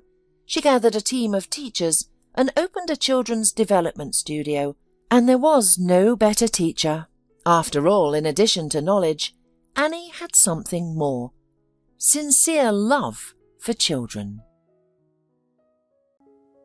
After a long, cold winter that had worn people down, the long-awaited spring finally burst into the city. The sun shone warmly, its rays melting snow that dripped from roofs, while the air felt warm and especially fresh. A tall, well-dressed man jumped over puddles and walked briskly to his car, his mood excellent after a successful deal with partners. Suddenly, he spotted a girl crying on a bench near the bus stop. She resembled a ruffled chick, sobbing loudly with her face in her hands, oblivious to her surroundings. Bruce approached her, moved by compassion. He sat down and asked, "Hello? Why are you crying? What happened? Can I help?" The girl looked at him in surprise, tears still flowing from her beautiful blue eyes. "I don't need anything. My life is over. I'm thinking of throwing myself under a train or taking pills. I'm such a fool. I trusted him so much." And the girl started weeping again, her thin shoulders shaking uncontrollably. Bruce frowned. "Don't say such things. You're young. Your whole life is ahead of you. Did your boyfriend leave? You'll meet someone else. Women tend to overcomplicate things. Calm down. Let's go to a cafe. You're shaking like a leaf. Look around. The sun is shining. It's spring. It's beautiful. Try to enjoy the little things." But Tessa suddenly grew angry. "That's easy for you to say. You're all the same. You see a pretty girl and immediately try to pick her up. Then it's off to bed and goodbye. What is there to be happy about? My fiancé dumped me, the jerk, as soon as he found out I was pregnant. He changed his number, yelling that it wasn't his child. And he was my first. I loved him so much I could hardly breathe. I thought we'd get married and raise a baby. I wanted to terminate it, but when I went to the hospital today, it was too late. They scolded me and sent me home. But what am I supposed to do now? I have nowhere to live, and I can't go back to my hometown pregnant. They'll laugh at me.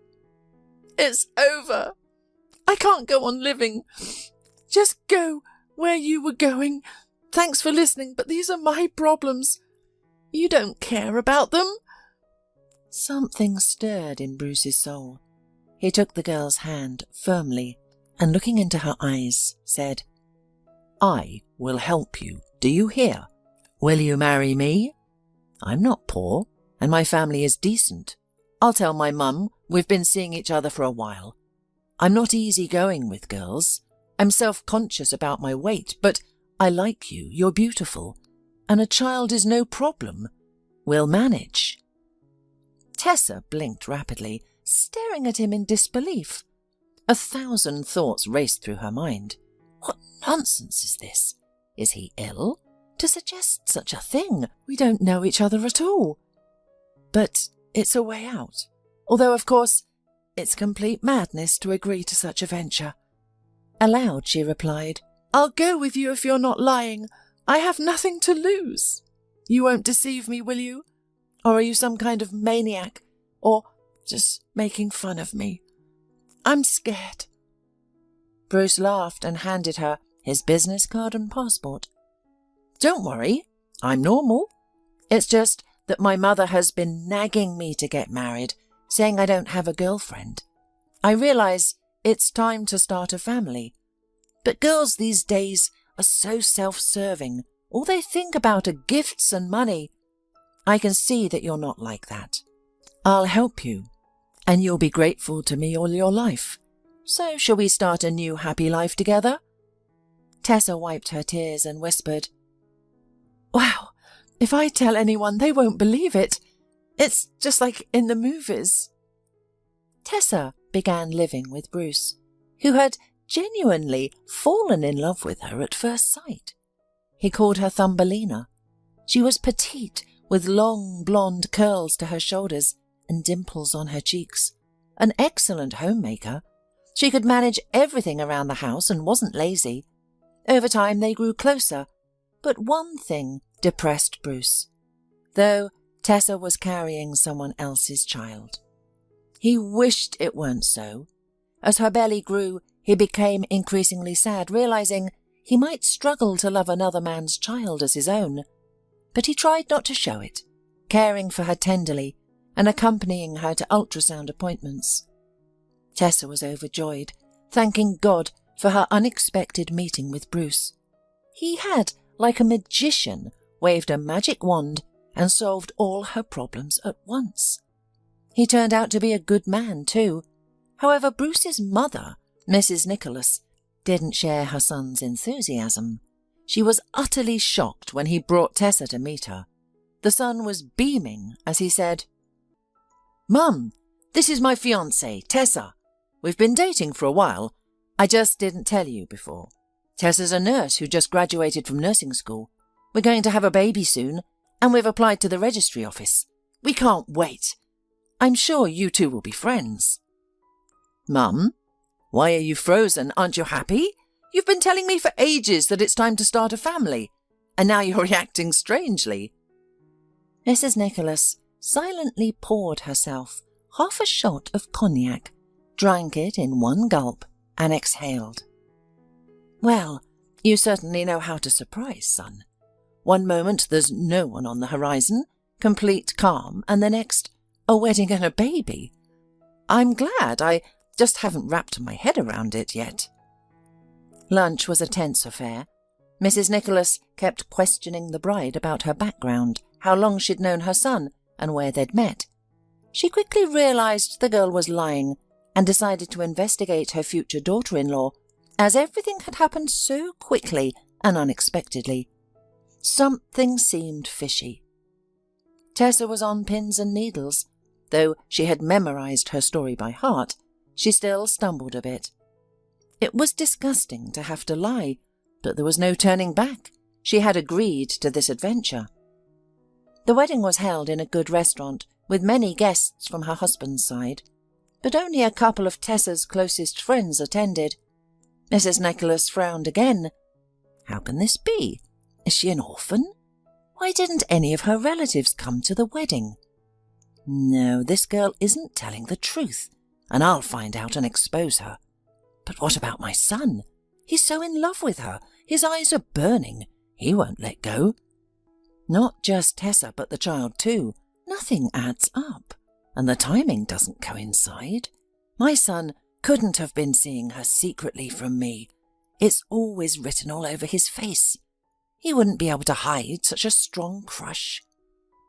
In her second trimester, Tessa felt unwell, plagued by morning sickness and swelling, but she tried to stay cheerful, please her husband, cook diligently, and keep the house clean.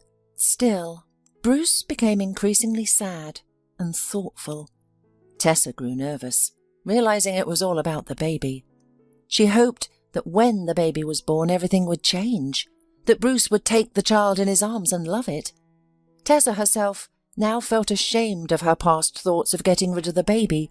After all, the baby was wanted. She could feel it kicking and already loved it. As the due date approached, Bruce was urgently sent on a business trip. Tessa was upset because they had planned to go to the scheduled ultrasound together, but her husband decided otherwise and asked his mother to help. This prospect didn't please Tessa at all, but she had no choice but to agree. Mrs. Nicholas led her into the ultrasound room and said, "You go in, Tessa. I'll talk to the doctor. We need to decide who will deliver the baby. It's an important, responsible thing. I can't trust just any ordinary obstetrician."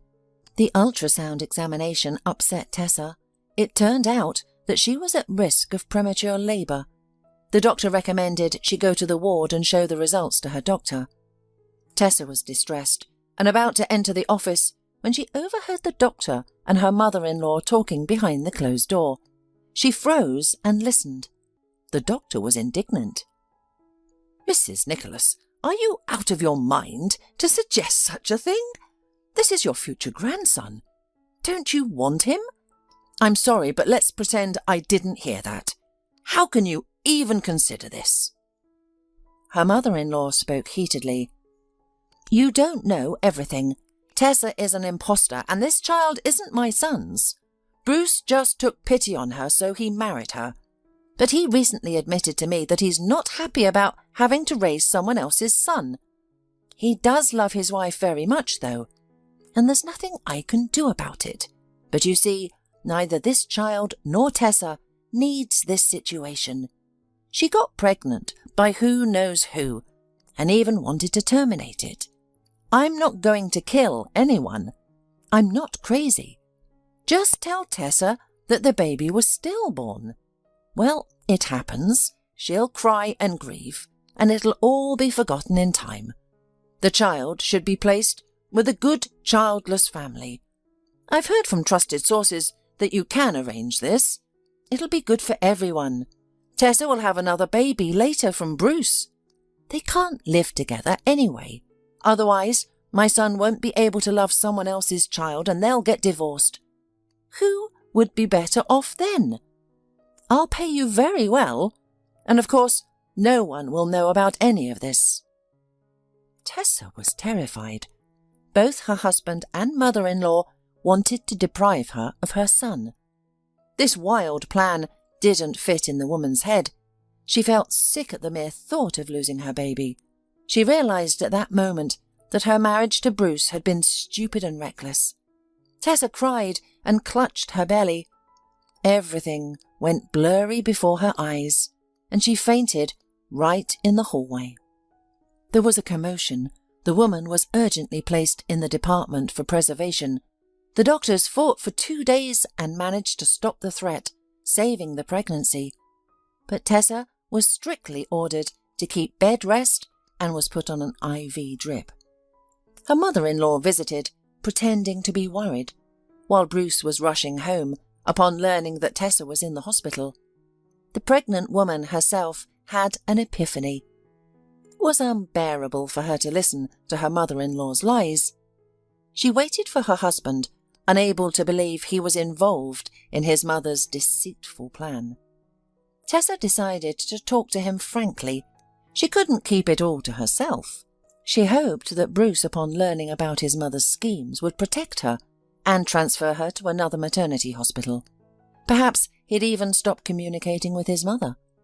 Tessa desperately wanted a family, to be like everyone else, with a father, mother and baby, to go for walks together, watch movies and eat dinner in the kitchen. It seemed to her that everything was working out, that it was about to happen. Just a little bit more, and everything would be as she had intended. Yet again, it felt as if happiness was slipping away from her. Tessa herself had been deprived of a normal family and never knew a mother's affection and warmth. Perhaps that's why she was in such a hurry to create her own. She grew up in the village, in the house of her Aunt Cecilia. Her mother was promiscuous, and her father was unknown. Her mother was often visited by village men at night. From those fragmentary memories of her early childhood, Tessa remembered her drunken mother, coughing and shouting at her in a smoky bass, her mother's friends laughing at her, and always being hungry. When her neglectful mother once again went on a bender, Aunt Cecilia came into the house. Everyone in the village respected her. Her husband owned a combine harvester, she was a cattle farmer, and they had a good house, a large farm and 4 children. Aunt Cecilia's character was harsh. Even the men on the farm were afraid of her. Without further ado, the aunt picked up Tessa, as light as a feather, and shouted to her sister. "You're such a disgrace, Beth. What have you done to this child? Skin and bones. I'm sick of the neighbours' gossip about you ruining her. I'm taking Tessa away, forever. I'll have your maternal rights revoked. It's not a problem, but remember, don't come back to my house. We're not sisters anymore. How many times have I asked you to come to your senses? I even beat you, locked you in the barn, but you don't care. You traded your child for men and drinks. Goodbye." So Tessa began to live in her aunt's house, with Cecilia becoming her guardian. At first, the girl couldn't believe her luck. She was washed, began to eat good food, and wear clean clothes. She was no longer hungry or scared. She stopped waking up screaming at night. Aunt Cecilia's husband and children never hurt her, but she never truly became part of the family.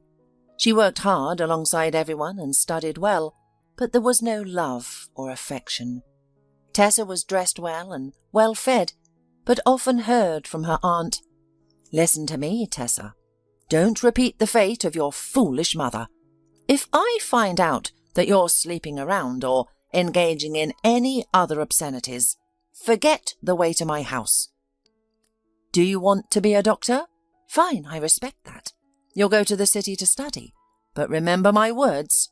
You know my character. I want you to become a decent human being, not a drunk who disappears like your mother. When you graduate, then get married and have children, so that everything will be proper." Tessa nodded and promised her aunt that she would obey. In her second year of studies, Cecilia wrote that Tessa's mother had died.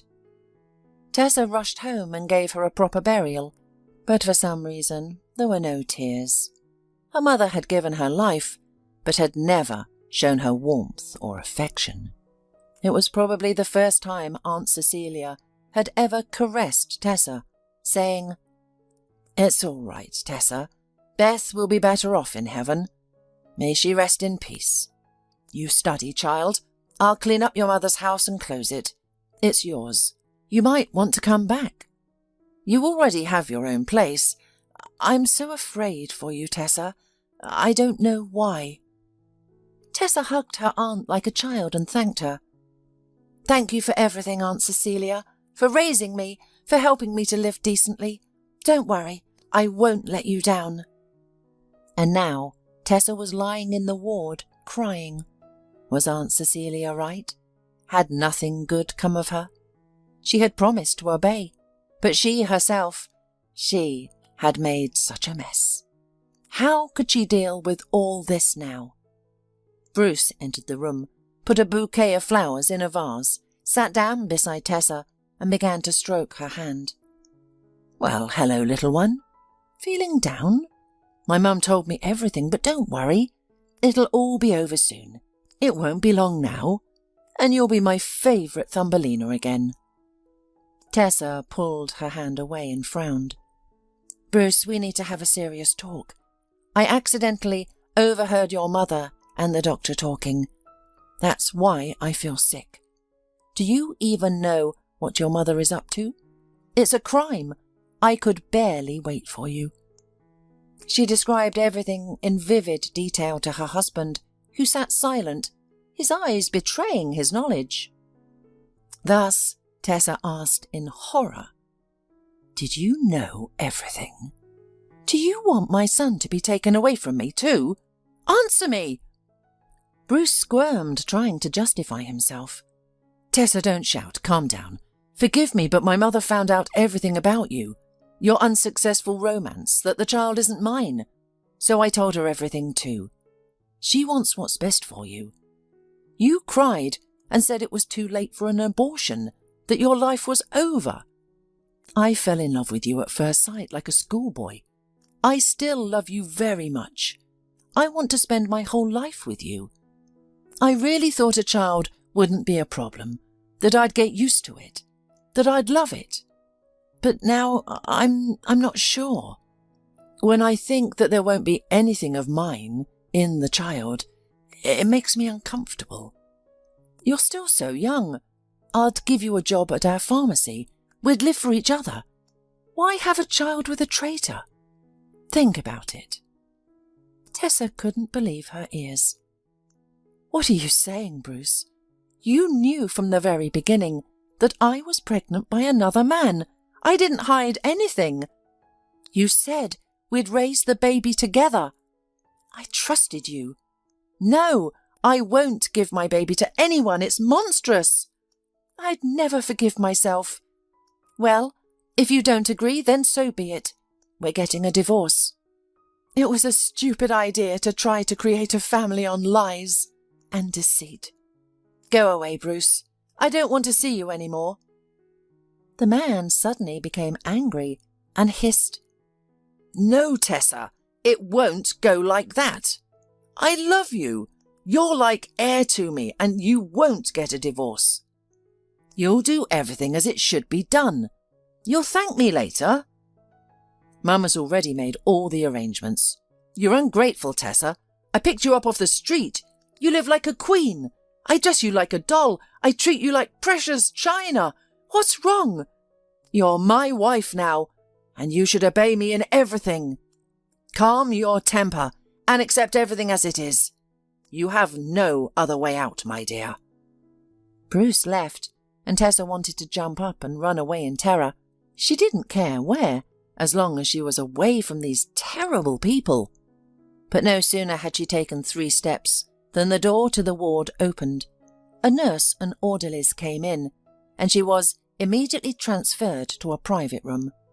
A guard was also assigned, a huge, broad-shouldered, shaven-headed man who sat on a chair on the other side of the room, playing on his cell phone.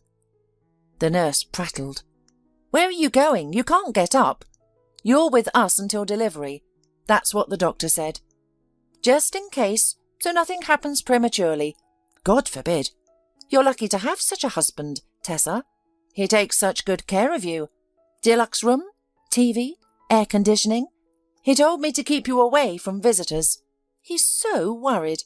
He even invited a guard. It's almost ridiculous, but we understand. He's a future father and wants to protect you from any trouble. and the chief doctor himself will deliver the baby. So you have nothing to worry about.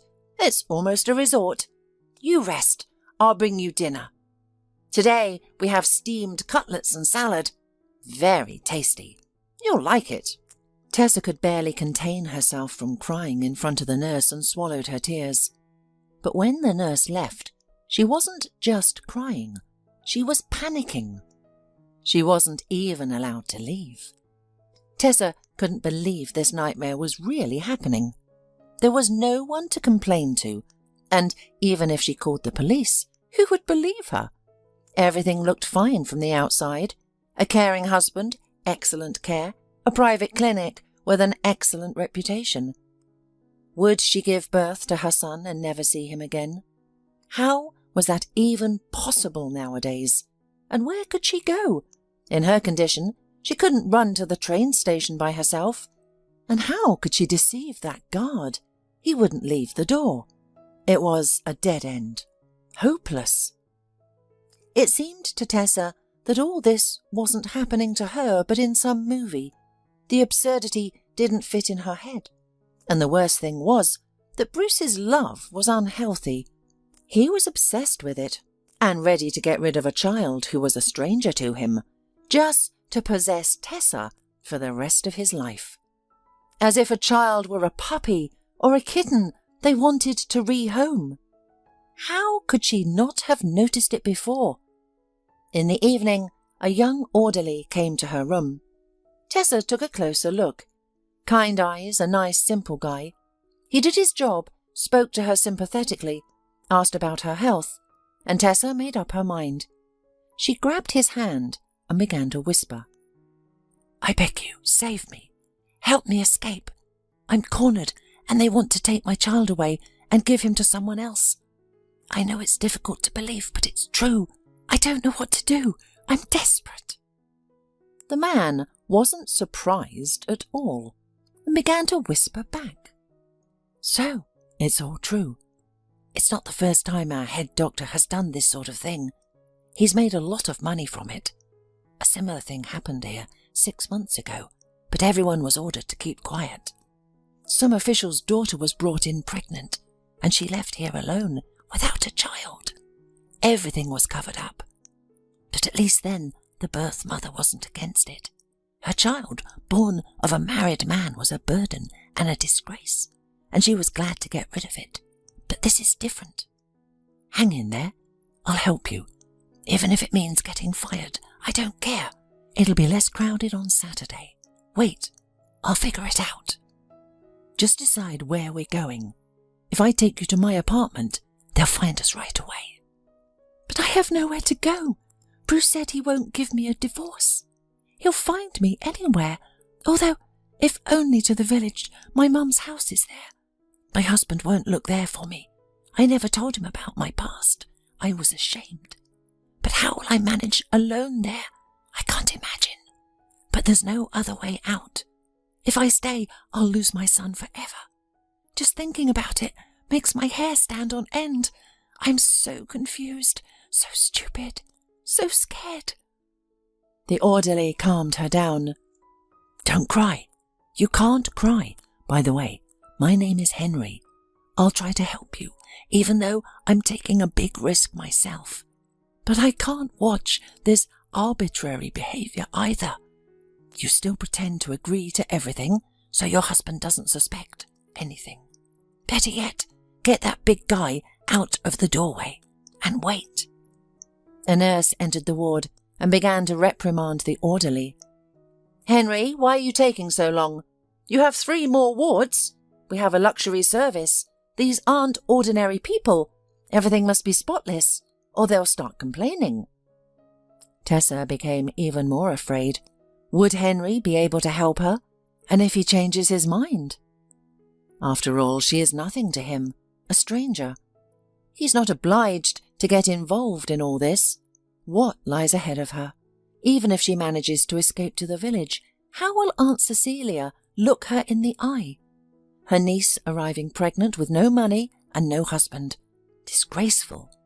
But the prospect of losing the child and living as if nothing had happened with Bruce frightened her even more. How could she have been so wrong again?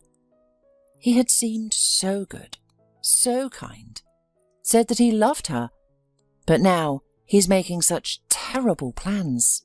The next morning Bruce came, laid out with a mountain of fruit and fresh magazines, and cautiously asked, "Hi, Tessa. How are you? How's your health?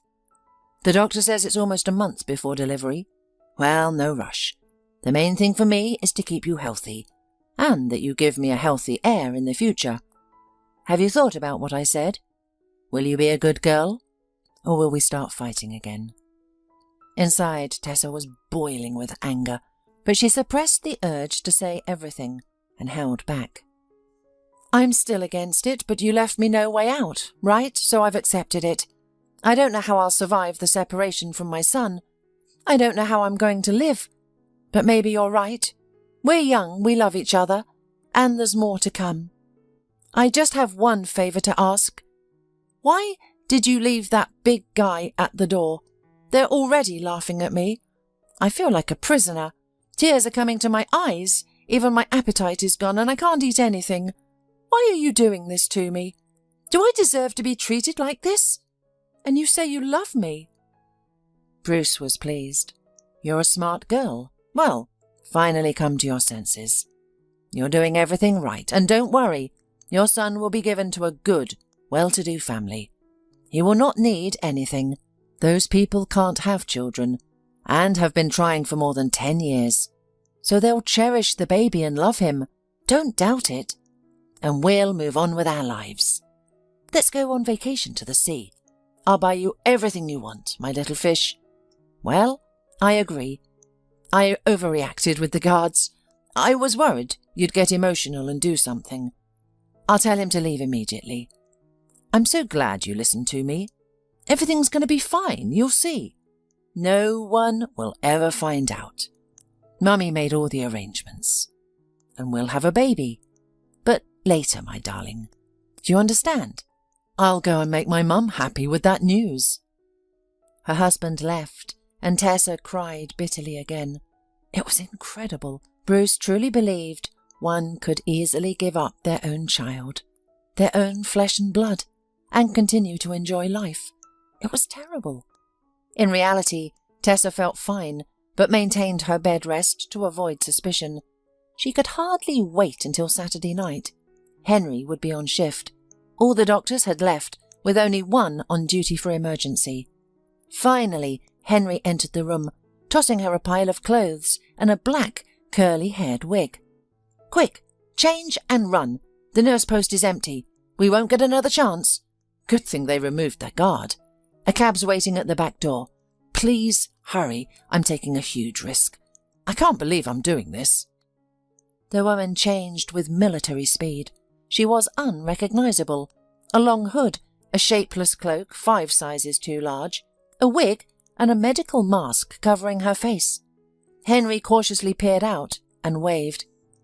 "Run to the back door. I've opened it. Here, some money. Sorry, it's all I have. Leave your address. I'll come tomorrow. Hurry, please. If we're caught now, we're both done for." Tessa's heart raced as she ran down the corridor. Fortune favoured her. She encountered no one. At this hour, patients were already asleep. She barely remembered getting into the cab and named the address. "As fast as you can, please." The driver sped off without a word, accustomed to clients' urgency and anticipating a decent fare. They arrived close to midnight. Tessa paid the driver and crept like a thief to her mother's house. Surprisingly, the yard was tidy. Aunt Cecilia had clearly kept her word about looking after the place. The key lay under the porch, just as it had in her childhood. Tessa opened the rusty lock and entered, immediately sneezing from the dust. She switched on the light and looked around, again mentally thanking her aunt. She recalled the house's horrific state when she was little. Dirt, cockroaches, mountains of unworn clothes. Now she hardly recognized it. Though dusty from disuse, it was clean. Auntie had even laid fresh rugs. Tessa thought, maybe it's all right. What good have I seen in town? Lies, deceit and betrayal. I've been living in others' spaces, but here everything is dear to me, and it's my own home. But how can I explain everything to Aunt Cecilia? How embarrassing. I promised to become a better person, and look what I've done. Finally feeling safe, the woman closed the door and fell into a deep, sweet sleep, not even bothering to undress. No one would take her little one away. That was all that mattered. In the morning, a knock at the window woke her. Henry stood on the doorstep with huge bags. He began unpacking food and supplies, talking excitedly. "How are you, fugitive? You should have seen the uproar at the clinic. The head doctor reamed everyone out. Your husband's furious, and his mum's snooping around for you. What a mess we've made. And I got fired. Well, I quit. Better safe than sorry. They'll find out sooner or later. Mind if I stay with you for a while? I'm an orphan myself, grew up in the system. I know what it's like without a mum. I've been fostered and returned 3 times, like an unwanted pup. That's why I helped you. How could anyone separate a mother from her son? Don't get the wrong idea. I'm just here to help and nothing else." Tessa was overjoyed. "That's wonderful. I'm terrified of staying alone. You know, in my condition, I can't chop wood, for example, and it's more fun together. Please, settle in the bedroom. I'll take Mum's room." Suddenly, the door burst open, and Aunt Cecilia stormed in like a whirlwind. She was enormous, clad in a sweatshirt and rubber boots, wielding a hefty log. Her expression was ominous, but upon seeing her niece, she exhaled loudly. "Tessa, is that you? Thank God! I thought thieves had broken in. I was coming from the farm and saw the light on, the gate wide open. I was ready to raise hell. Oh my, you're pregnant? And you didn't say a word, not even a call to your aunt. Why are you standing silent? Introduce me to your husband." Tessa recoiled, pale, imagining the impending scandal. But the orderly cheerfully introduced himself. "I'm Henry, and you must be Tessa's aunt. Pleased to meet you. We've decided to move to the country. The baby will be born soon, and it'll be better here. Fresh air and so on. Tessa's told me so many wonderful things about you. I've been looking forward to meeting you." Aunt Cecilia softened, set the log in the corner, and opened her wide, calloused, strong arms for a hug. "Well, you've remembered your old aunt after all. That's right. Now, get settled in. I won't interfere. If you need anything, just ask. You know, dishes or food. By the way, the furnace smokes terribly and needs repairing. Well, I'm sure your husband can handle it. I'll go tell Ron the relatives have arrived. It's just the 2 of us now. The kids have all moved on. Peter and Mary have been in the city for ages. Alex is in the army, and Megan's at the college. Nobody's left in the village. So I'm thrilled you're back. We expect you and your husband for dinner this evening. We'll have a proper family meal, as it should be." Auntie left, and Tessa confronted Henry. "Are you crazy? Why did you tell her all those lies? I'm tired of lying. I should have confessed everything at once. Auntie may be hot-tempered, but she's forgiving. She'd scold me and then forgive me. Anyway, the truth will come out sooner or later. How will we get out of it then?" Henry apologized. "I'm sorry, I wanted to help you. But you're right, of course. This evening we'll go visit and confess everything. You can't start a new life with a lie." The conversation with Aunt Cecilia was long and serious. Tessa decided she would never lie to anyone again and confessed everything, as if unburdening herself of a great weight. She cried like a little girl on her aunt's shoulder. At first, Auntie scolded her, shouting, "Oh, Mamma Mia, what a shame! You got pregnant by one man and married another without love. What were you thinking, Tessa? Now you've brought a 3rd man into this mess. Oh, I should have whipped you properly as a child to knock some sense into you. Well, there's no use crying over spilled milk now. You've got to figure out how you're going to live your life, you poor thing. But they'll gossip about you in the village." Tessa burned with shame. "I know, I'm guilty of everything. I've embarrassed you, Aunt Cecilia. If you like, I'll leave. Or should I drown myself? What should I do? Tell me. Or should I have listened to my husband, given up my baby, and lived happily ever after? Could you do that? Tell me." The woman threw up her hands, then suddenly hugged Tessa tightly. "What are you talking about, silly girl? Well, you know my character. I scolded you, but it's because I care. I won't abandon you, and your child is my kin too. I understand you're a kind, good girl, but you're too trusting. You've gotten yourself into quite a pickle. Don't worry, we'll get through this together." Aunt Cecilia continued. "First, we'll get Henry a job at the paramedic station. Don't tell anyone in the village that Henry isn't your husband. We don't need more gossip. As for your real husband, I don't think he'll cause trouble. Tomorrow we'll visit the district police officer. He knows someone in town who can help us file divorce papers. If your ex starts making threats, we'll find a solution. I'll get baby clothes and other stuff from the attic tomorrow. I have plenty of good things left from raising 4 children, even a crib. We'll buy a stroller too. One thing worries me, though. The nearest maternity hospital is 50 kilometres away, and you could give birth any day now. But don't fret. My husband fixed the old car, so we can get you there if needed. Do you understand? And listen to me. Don't leave the house until everything settles down."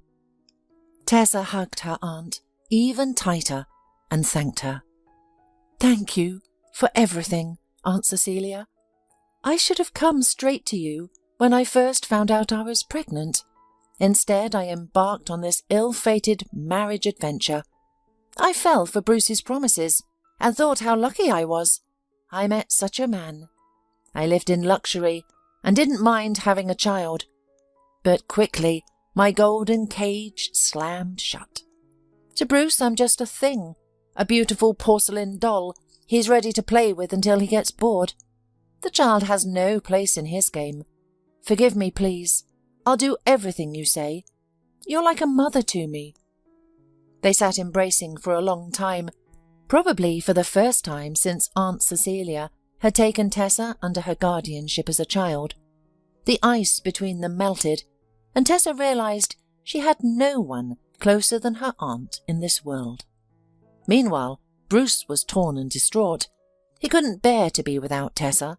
This petite, smiling girl had stolen his heart. If it weren't for her child, they would surely have been happy together. But Mrs. Nicholas rejoiced when her daughter-in-law ran away and filed for divorce. It was even better. She wouldn't have to pay huge sums of money or pull off that shady scheme with the child. She hoped her son would soon forget this country girl and everything would return to normal. Mrs. Nicholas intended to marry her son off to a respectable, well-to-do girl from their social circle. She even found a candidate, Stephanie, the daughter of her acquaintance, a prominent, sturdy and self-respecting young woman. Mrs. Nicholas decided to be sly once again and spoke frankly with Stephanie. At first, the candidate turned up her nose, saying, "I'm sorry, I realise Bruce is your son, but how can I put this mildly? He's not at all to my taste, so it's not going to work out with him. I'm sorry." But Mrs. Nicholas persisted. "Think about the prospects, girl. If you and Bruce get married, your father and I will collaborate in business. The money will flow, and you'll be provided for life. Besides, Bruce is kind. He'll be a reliable and faithful husband. As for his appearance, you can take care of that yourself. Make him lose weight." As for Bruce, he was busy with his wife's runaway. The man soon realized who was involved in Tessa's escape. It was no coincidence that the orderly quit the next day. So now Bruce was frantically searching, trying to find out where his wife could have run off to. At this time, Stephanie was consulting her father, who was already rubbing his hands greedily. "Daughter, this is a superb offer. Seducing that laggard will be no problem for you, and after they join our pharmacy holding, you'll be free, my little bird. I'll ruin them in no time, make those pharmacies my own, and increase our capital. So do it. I promise if everything goes as planned, I'll let you go to France forever, just as you dreamed." From that day on, Bruce's fate was sealed, though he didn't realize it yet. He was pleasantly surprised when a stunning blonde approached him at a business dinner and asked him for a slow dance. It was unexpected and delightful. After all, girls have never paid him much attention before. This beautiful lady pressed herself against him and whispered, "I've noticed you for a long time, Bruce. You're truly the most interesting man in this place. You've won my heart." Bruce hardly knew how they ended up in Stephanie's house, drinking champagne, passionately kissing, and then waking up in the same bed. He couldn't even remember what had happened during the night. Stephanie smiled invitingly, ran her finger along his chest, and whispered, "My dear, you are so passionate. I'm delighted. I hope we'll start dating now." Bruce was mortified. "Forgive me, Stephanie. I got drunk like a pig. This night was a mistake. I'm married and I love my wife very much. I can't live without her, you know. We're having some problems right now, but I shouldn't have done this. I'm sorry, it's all my fault. I'll go now, okay?" Stephanie laughed. "You silly man. You don't realize who my father is. Mr. Chambers, with whom you signed a deal yesterday. That is my dad. And I'm his favorite and only daughter. Do you understand now? I won't tolerate being treated like a one-night stand. I might even complain to my dad. I like you, and you're going to be mine, sweetie. I've made up my mind. So go ahead and divorce your little hen before I lose my temper. Also, I expect you the day after tomorrow. We're going to a charity event." Bruce clutched his head. Stephanie's father was a powerful man, and quarrelling with him would mean the end of everything. He was trapped. In his heart he still loved Tessa. Only with her did he soar to seventh heaven. But he didn't know how to get rid of the insistent Stephanie. He preferred small, gentle women who were mesmerized by his words and obeyed him in everything. With Stephanie, no one asked for his opinion at all. It was depressing. Bruce tried to reassure himself. "No, I'll never marry this upstart. I don't even like her. Yesterday was just a haze. I drank too much and was in despair, so I decided to let loose. If I'd known what it would lead to, I'd have called a cab and gone home. Tessa, where are you? You're running away from your happiness, you fool. What do these women lack? I don't understand. You wanted to get rid of the child yourself, and when my mum thought of everything so well, you suddenly got restless and ran away. Things didn't go according to plan. If Tessa hadn't overheard that conversation between her mother and the doctor, everything would have turned out fine. Of course, at first she would have grieved, mourned for her supposedly dead son, and I would have been there for her, loving her, saving her like a hero. She would have been even more grateful to me, and then everything would be forgotten, and Tessa would give birth to my own son. I'd be the happiest man alive. My little bird, how I miss you now." Meanwhile, Tessa began to settle in at her mother's house.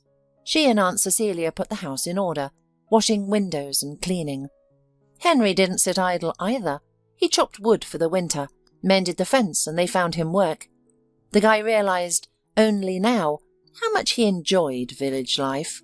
More and more often, he found himself thinking that he liked Tessa. Labour caught the woman by surprise in early morning. She screamed from a sharp pain in her abdomen as contractions began. Henry was frightened and wailed, "Hold on, Tessa! I'll be right back! I'll run to Aunt Cecilia! and ask her about the car. We'll go to the hospital." But the contractions intensified with each passing minute, and they realized they wouldn't make it to the hospital in time. The labour was progressing rapidly. Henry pulled himself together, put water on to boil, took sheets out of the chest of drawers and began to help selflessly, even though he was terrified. He had never done anything like this before. Cecilia slept poorly that night. Her joints ached from the rain, and toward morning she dreamed of her sister Beth, who whispered, "Help, Tessa!" The woman jumped up as if scalded, threw on a jacket and rushed to Tessa's house. Sure enough, lights were burning everywhere. Cecilia's heart sank to her heels over worries. The door was open, and the woman heard the cry of a baby. She entered in astonishment and was stunned. Tessa was already recovering from labour, holding the baby in her arms and crying softly. Henry was cleaning and washing the sheets. Cecilia couldn't believe it. "Tessa, how? You've already given birth! And who's delivered the baby? Was it you, Henry?" The man hesitated. "Well, me. Who else? I wanted to run to you for help, but I realised I wouldn't have time. I'm still in shock myself. My hands are shaking. It's good that the baby was coming as it should, and there were no complications. But they still need to go to the hospital." Cecilia rushed to hug Henry. "Well, you're a good man. What a man! Mine would have fainted for sure. Congratulations, niece. Let me admire the baby." She carefully took the baby in her arms, kissed him on the cheek, and said happily, "Ah, Breed, what will you call your son, Tessa? What a nice boy we have." The young mother quietly replied, "Arthur, I will call him. I decided that long ago. Thank you, Henry. You're my saviour. I was so scared. 100 times I imagined them taking me to the hospital, and then everything started. Panic overcame me. I couldn't think straight. Aunt Cecilia, will you help me pack for the hospital? I can't move at all." Henry became a hero in the village, of course, an unprecedented case. He delivered a baby at home. They even published an article about him. The village council gave him a commendation for courage and heroism. Tessa was quickly discharged home. The doctors were also surprised. It seemed like a village with no conditions, yet everything went so well. Tessa and Henry began to live like a real family. Everyone in the village thought so. The man proudly pushed the stroller, helped Tessa with the baby, could rock him, and all night got up at the first cry. Then he would bring him to his sleepy mother. "Get up, mummy. Feed your little one." The woman realized there he was, a real man, always near, truly loving her son, never a word of reproach for anything. They also grew quite close unexpectedly. Tessa grew ill with a high fever. Henry immediately ran to the pharmacy, began to treat her, and at night he himself tended to Arthur. In general, the care of the baby fell completely on his shoulders. One night, he quietly went into Tessa's room, changed the cloth on her forehead, touched it. The temperature had dropped. The man, beside himself, began to stroke her shoulders gently and whispered, "Thank God, my little bird has recovered. How scared I was. If only you knew, Tessa, how much I love you. But I'm afraid to tell you. I think you'll chase me away at once. How I wish we were always together. You, me and Arthur. I'm so used to the baby that sometimes I really think he's mine. And I'm terrified to think, what if you forgive your husband? Or just tell me to leave? I won't be able to go on living. I'll have nothing to live for." He thought Tessa was sound asleep, but she suddenly opened her eyes and pulled Henry to her, began to kiss him passionately and whispered, "Silly, I don't need anyone but you, and I won't let you go anywhere. You hear? You're mine, Henry, only mine. Do you understand?" The man couldn't believe what he was hearing. At that moment, he was completely happy. Tessa and Bruce divorced quickly because there was nothing to share. Aunt Cecilia was with her at the trial to support her niece. Henry stayed at home with the baby. Bruce saw his ex-wife, and again the blood boiled in his veins. He could not forget Tessa. Damn it. He couldn't stand it any longer and blocked Tessa's way at the threshold of the court building. "Tessa, come to your senses. What are you doing? Why divorce? I love you. I need you." "Who's that with you? A relative? That's fine. Leave her the baby and we'll live like before. Come back, my dear. I'll buy you anything you want and we'll visit the baby." Tessa grinned and dismissed Bruce. "It's a pity you didn't understand anything. I love my son more than life. How can you not understand? And no force in the world will make me give him up. Our marriage was a big mistake, and I only have myself to blame. Yes, you did help me. You got me off the streets, and I'm grateful for that. I honestly tried to be a good wife to you and dreamed of having a family. But after you and your mother almost took my son away from me, I hated you. It was not human. We're different. We're not meant to be together. Goodbye." Bruce became furious and shouted in rage. "Well, go to your village. Rot there in the dung. Ungrateful." So, Bruce and Tessa parted forever. The young mother began a whole new, quiet, calm, measured village life. She did not regret at all that she had left the noisy city. 3 years flew by unnoticed. Henry and Tessa quietly married and raised a son. Little Arthur adored his father, following him everywhere like a shadow, because Henry devoted all his time to the baby. Tessa also got a job as a paramedic, and now the whole village sought their help, some for blood pressure checks, others for injections. One hot summer day, Henry's whole family was working. Tessa had collected a large bucket of cucumbers and was preparing to pickle them for winter. Even little Arthur was trying to help, peeling garlic and sniffing as he assisted his parents. Suddenly their dog Charlie barked. The mistress of the house went to open the door and was aghast to see her former mother-in-law, Mrs. Nicholas. She was unrecognizable, aged, without a trace of makeup, her eyes faded. Tessa frowned. "What brings such a lady to our village? I can't say I'm glad to see you. What do you want? I didn't invite you. Or have you come to see how we're struggling in poverty?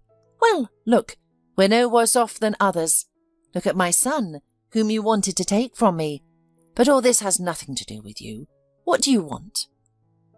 The former mother-in-law stood silent and crumpled at the threshold, hesitating to enter. Then Henry stood up and led her inside. "Honey, why so angry? Let her speak. What did you come for? We're listening." Mrs. Nicholas sat on a bench in the gazebo and began. "I don't need anything from you, Tessa, truly. Don't turn me away. Let me speak. I came to apologize and ask your forgiveness. I've sinned greatly. I nearly robbed you of your son. If you hadn't run away, I would have succeeded. I was sure I was doing right, wanting my son to be happy. I thought this baby would destroy your family. When you filed for divorce, I was overjoyed. I don't know why I was so angry with you then. I thought Bruce had brought home an impostor, and I was ready to do anything to break you up. But heaven punished me severely for what I did.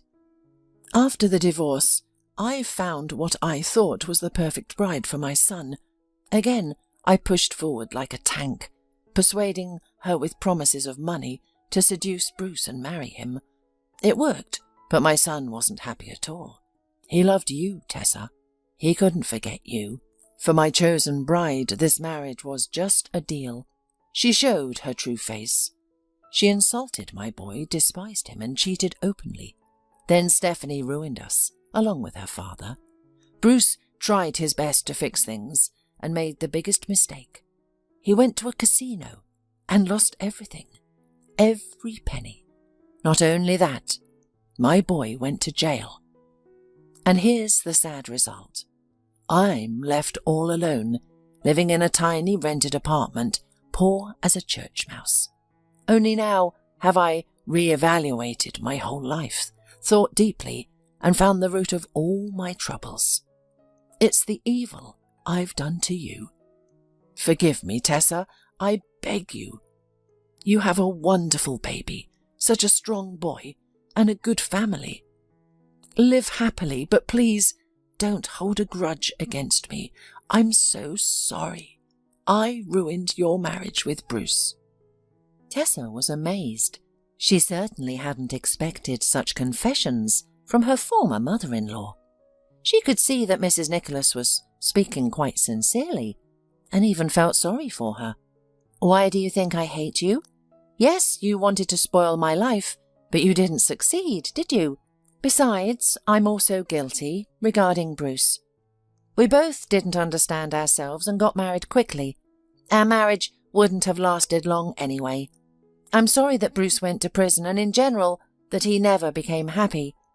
But Henry and I live in harmony, and you know, he accepted my baby unconditionally and considers him his son. It doesn't matter to me that we don't live richly. Henry is still the best and most reliable man for me. Don't be sad. Let's have some tea. Mrs. Nicholas was overjoyed at the invitation. She was so tired of sitting alone within four walls, with no one to talk to. Henry bustled about, pouring fragrant herbal tea. Tessa put pancakes with honey on the table. Little Arthur chewed holes in a pancake, looked at the adults through them, and laughed. The elderly woman sighed, reproaching herself for the umpteenth time. This little happiness could have been running in my house, calling Bruce Daddy. He would have loved his Thumbelina and been the happiest. After all, it was I who instilled in him that he couldn't love someone else's child and that it was necessary to get rid of him. Bruce loved Tessa so much. Oh, what have I done? Mrs. Nicholas didn't want to leave. She asked to help pickle cucumbers and stayed the night at Tessa's. From that day on, she visited them often. It was important for her to be needed by someone. Surprisingly, she was now happy to take care of the boy and felt terribly ashamed that it was her fault he could have grown up in a strange family, not knowing his own mother. Aunt Cecilia supported Tessa. That's right, Tessa. Don't persecute your mother-in-law. Let her come. We're the kind of people who forgive. I'm still bitter about the fact that I couldn't forgive Beth in life. I cut her out of my life, spat on her so she disappeared. She sank to the bottom and died. But you're different. You have a good heart, and that's good. I didn't give you enough affection as a child, I know. I was afraid you'd repeat Beth's fate. And now look, where are my own children? Far away, each with their own life. They rarely remember their mother and don't even show their noses in the village. But you're here, close by. We're one family, and that warms my heart. And Henry's a great husband. Everyone in the village envies you. If only you had a baby for him, it would be wonderful. Tessa was surprised. Well, How did you know, Aunt Cecilia? I haven't told anyone yet.